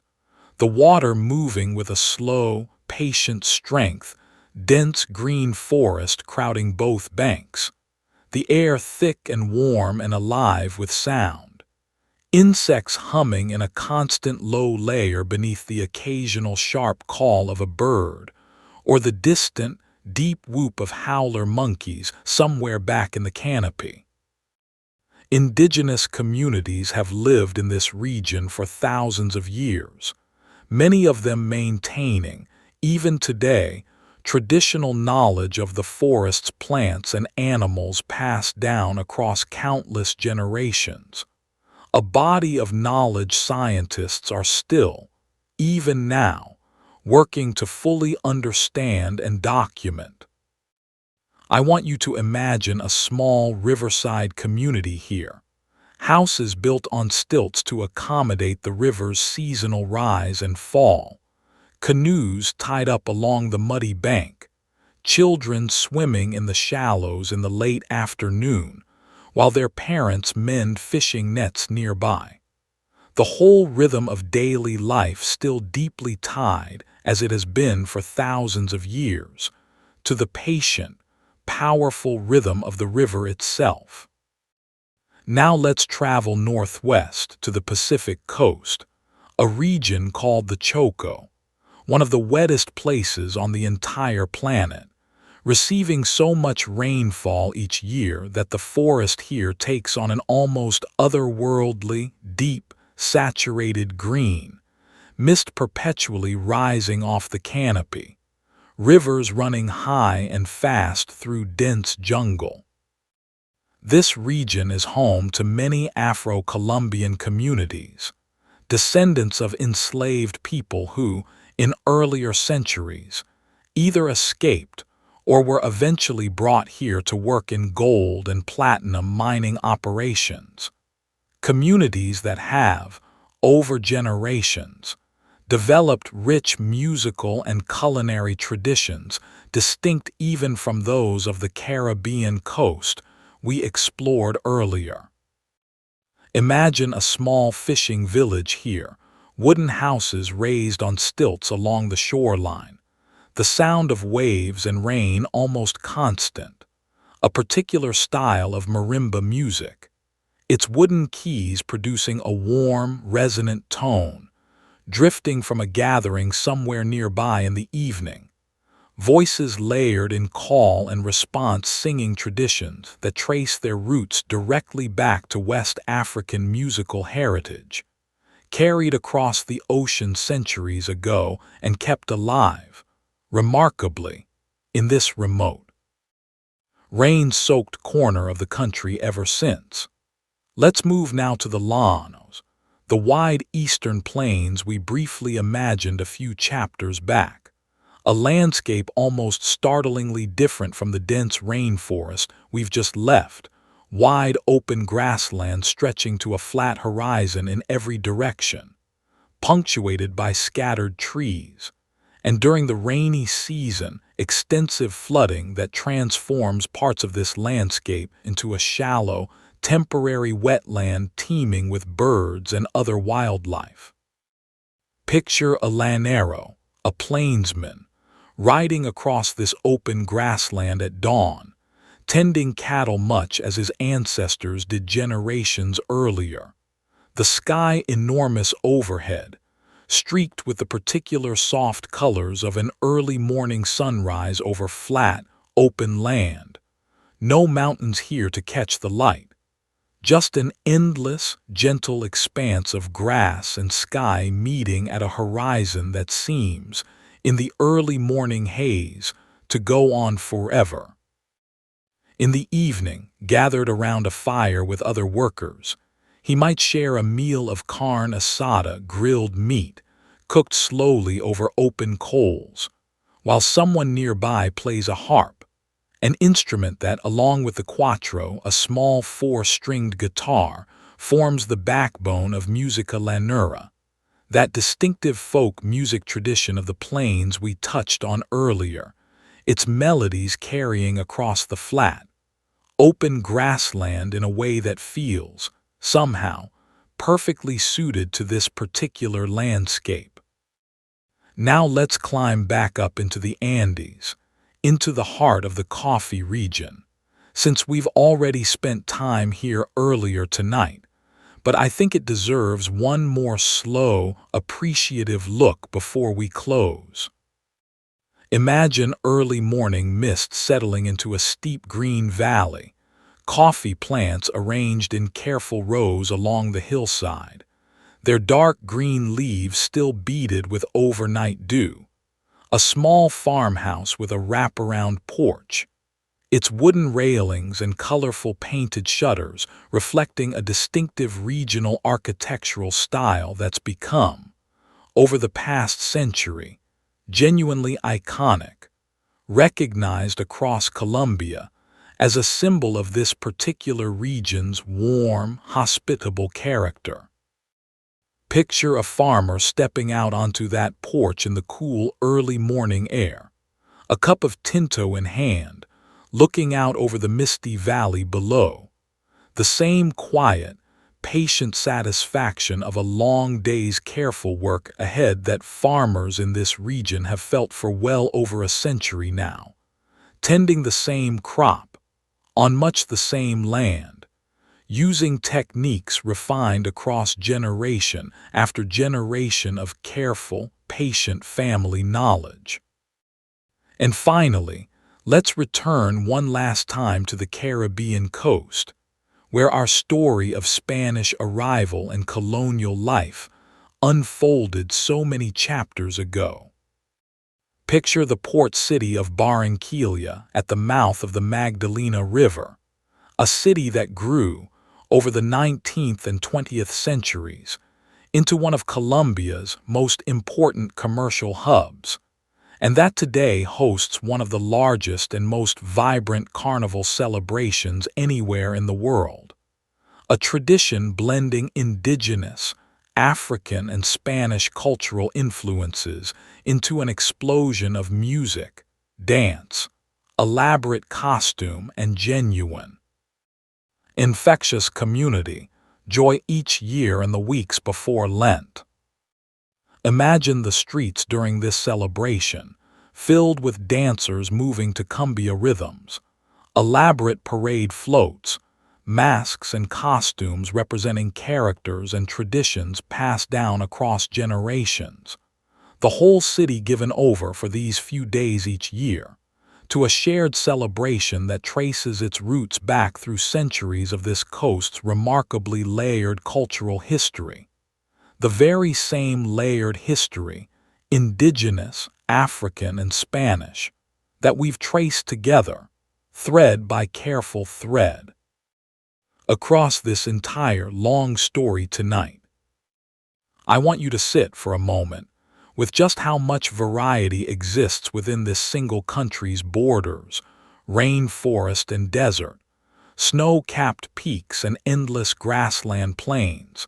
bustling modern cities and small riverside villages still living in close rhythm with the water, each region carrying its own distinct history, its own particular blend of indigenous, African, and Spanish heritage, its own music and food and daily rhythm, and yet all of it somehow woven together into a single shared national story, the story we've spent this long, quiet evening walking through together. The threads that never broke before we close tonight. I want to return one last time to the very beginning of our story, because I think it's important and genuinely comforting to know that the peoples we met in our earliest chapters, the Muisca, the Tairona, and so many others, are not simply figures locked away in the past. Their descendants are still here, in Colombia today, in this same year you're listening from, carrying their traditions forward in ways both quietly preserved and thoughtfully adapted to the modern world around them. Let's go up into the Sierra Nevada de Santa Marta once more, that dramatic mountain range rising straight up from the Caribbean coast, where the Tairona once built their remarkable terraced stone cities. Today, this same mountain range is home to four indigenous groups: the Kogi, the Arhuaco, the Wiwa, and the Kankuamo, who consider themselves the direct spiritual and cultural descendants of the Tairona civilization, and who have, remarkably, maintained a genuinely continuous way of life here across the centuries since the Spanish conquest, retreating into these steep, difficult highlands specifically to preserve their independence and their traditions. I want you to imagine a Kogi village today, houses built in that same round, thatched style their ancestors used centuries ago, elders known as mamos serving as spiritual and community leaders, maintaining an intricate cosmology that understands the Sierra Nevada itself as the heart of the world, a sacred, living system that must be carefully tended and respected. Many Kogi communities have, in recent decades, become notably vocal about environmental protection, sharing their traditional ecological knowledge with the wider world, a genuinely striking example of how ancient wisdom, carried forward with real continuity across centuries, can still offer something valuable to a modern world increasingly grappling with its own relationship to the natural environment. Let's imagine, too, the Wayu people, living out on the arid Guajira Peninsula in Colombia's far northeast, a landscape of red desert sand, scattered cactus, and a fierce, constant wind coming off the Caribbean Sea,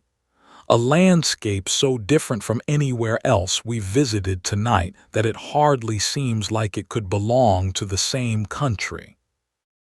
The Wayu have maintained their own distinct language and social structure across centuries of contact with both Spanish colonizers and later Colombian and Venezuelan governments,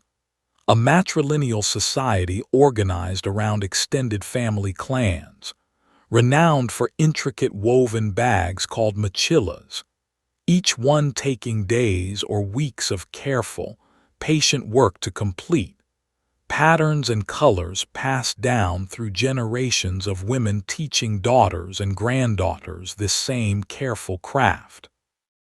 I want you to imagine a Wayu woman sitting in the shade of her home on a hot desert afternoon,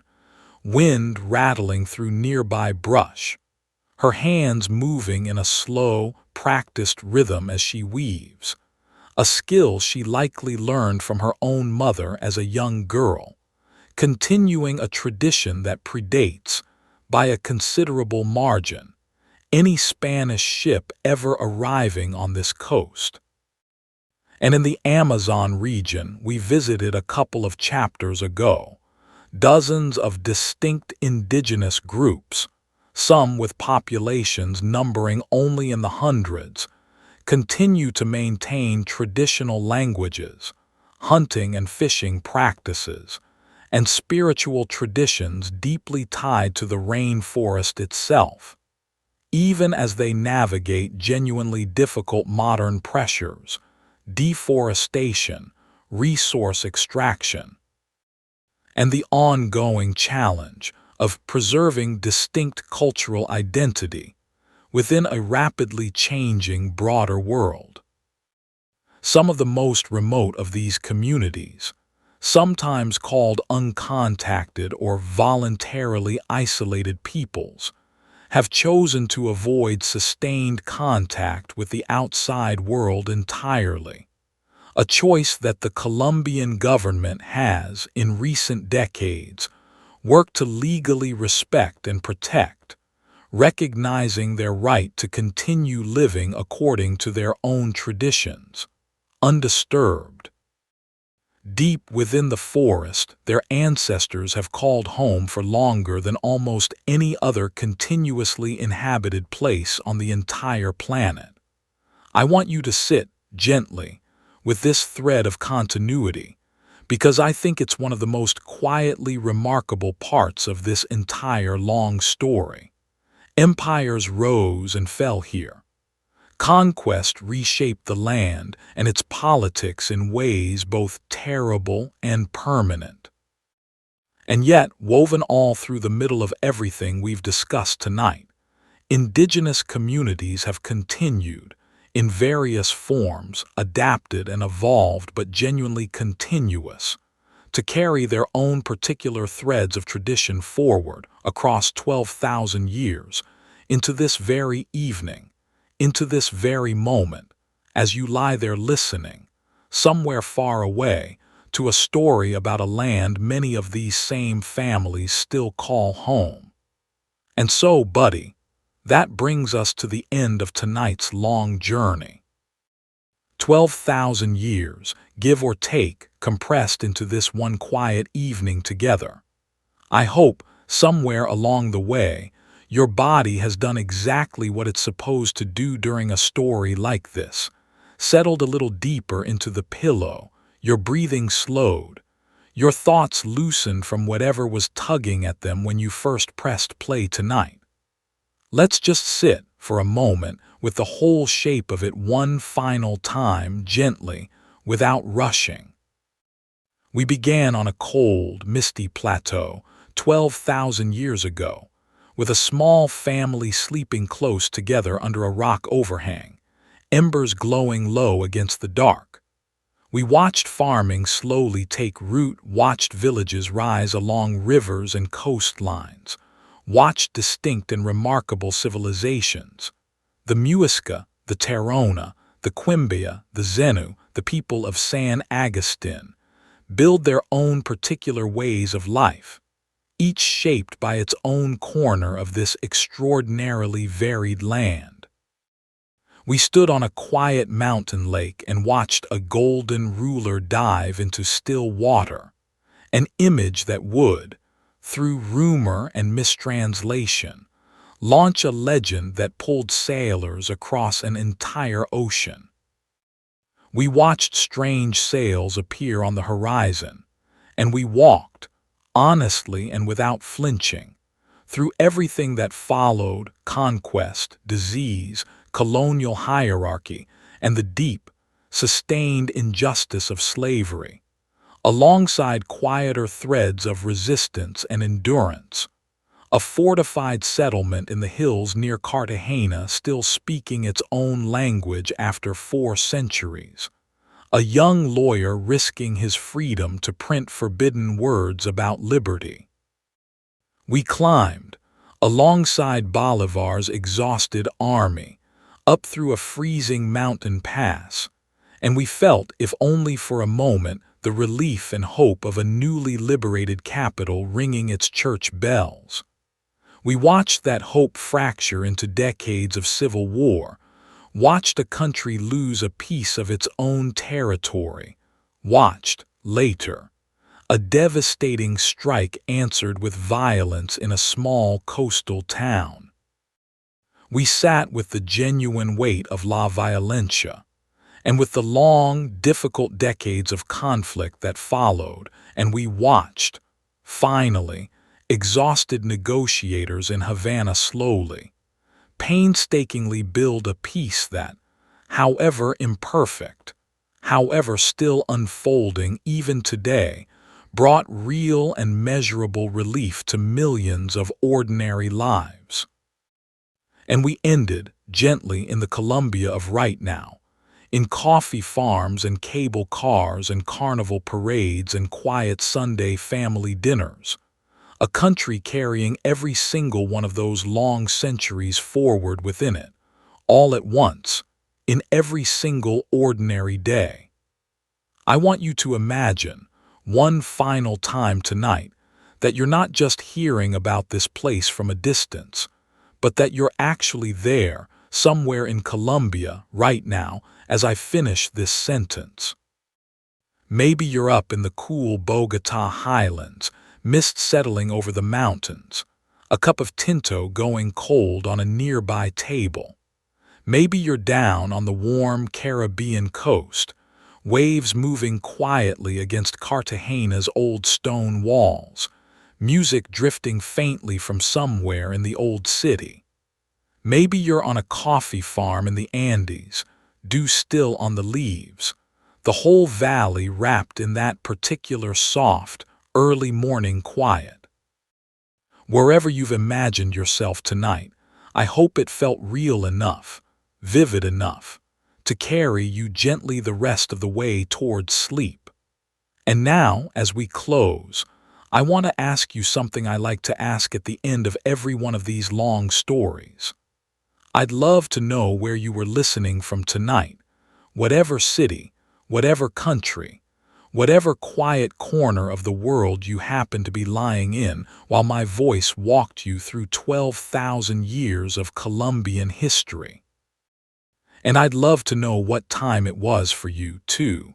whether you pressed play right at bedtime the way you probably should, or whether, like a lot of us, you found yourself still awake at some slightly embarrassing hour, telling yourself just one more chapter, just 5 more minutes. There's no judgment here at all, believe me. I completely understand the pull of a good long story late at night. I'd also genuinely love to hear your thoughts on tonight's journey in the comments whenever you happen to see this, tomorrow morning or 3 nights from now. Which part of Colombia's story surprised you most? Maybe it was the golden ceremony at Lake Guatavita, or the hidden mountain city swallowed whole by jungle for centuries, or the sheer bravery of that freezing crossing through the Paramo de Pispa.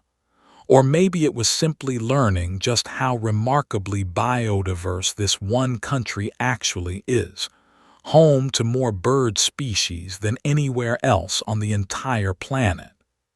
Whatever part stayed with you, I'd love to hear it. Your comments genuinely help me shape which histories to tell next, and honestly, I just enjoy reading them, picturing all of you out there in your own quiet rooms, your own scattered time zones,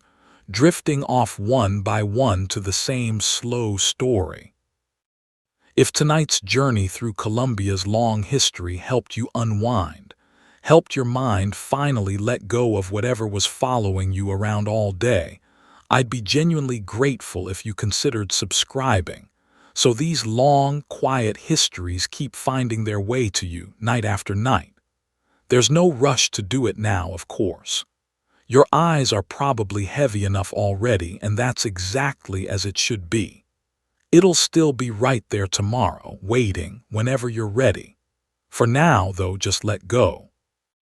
Let the last of tonight's images settle quietly into the back of your mind. Mist over a high Andean plateau, gold dust drifting down into still lake water. church bells ringing over a newly free city, a grandmother in a small kitchen telling her own grandchildren a story that reaches back further than she probably even realizes. Colombia's long story doesn't really end here tonight, of course. It's still being written, quietly in millions of ordinary lives, this very evening, on the other side of whatever time zone you happen to be in. Sleep well, buddy. I'll see you next time with another long, slow story to carry you gently off to sleep. Good night.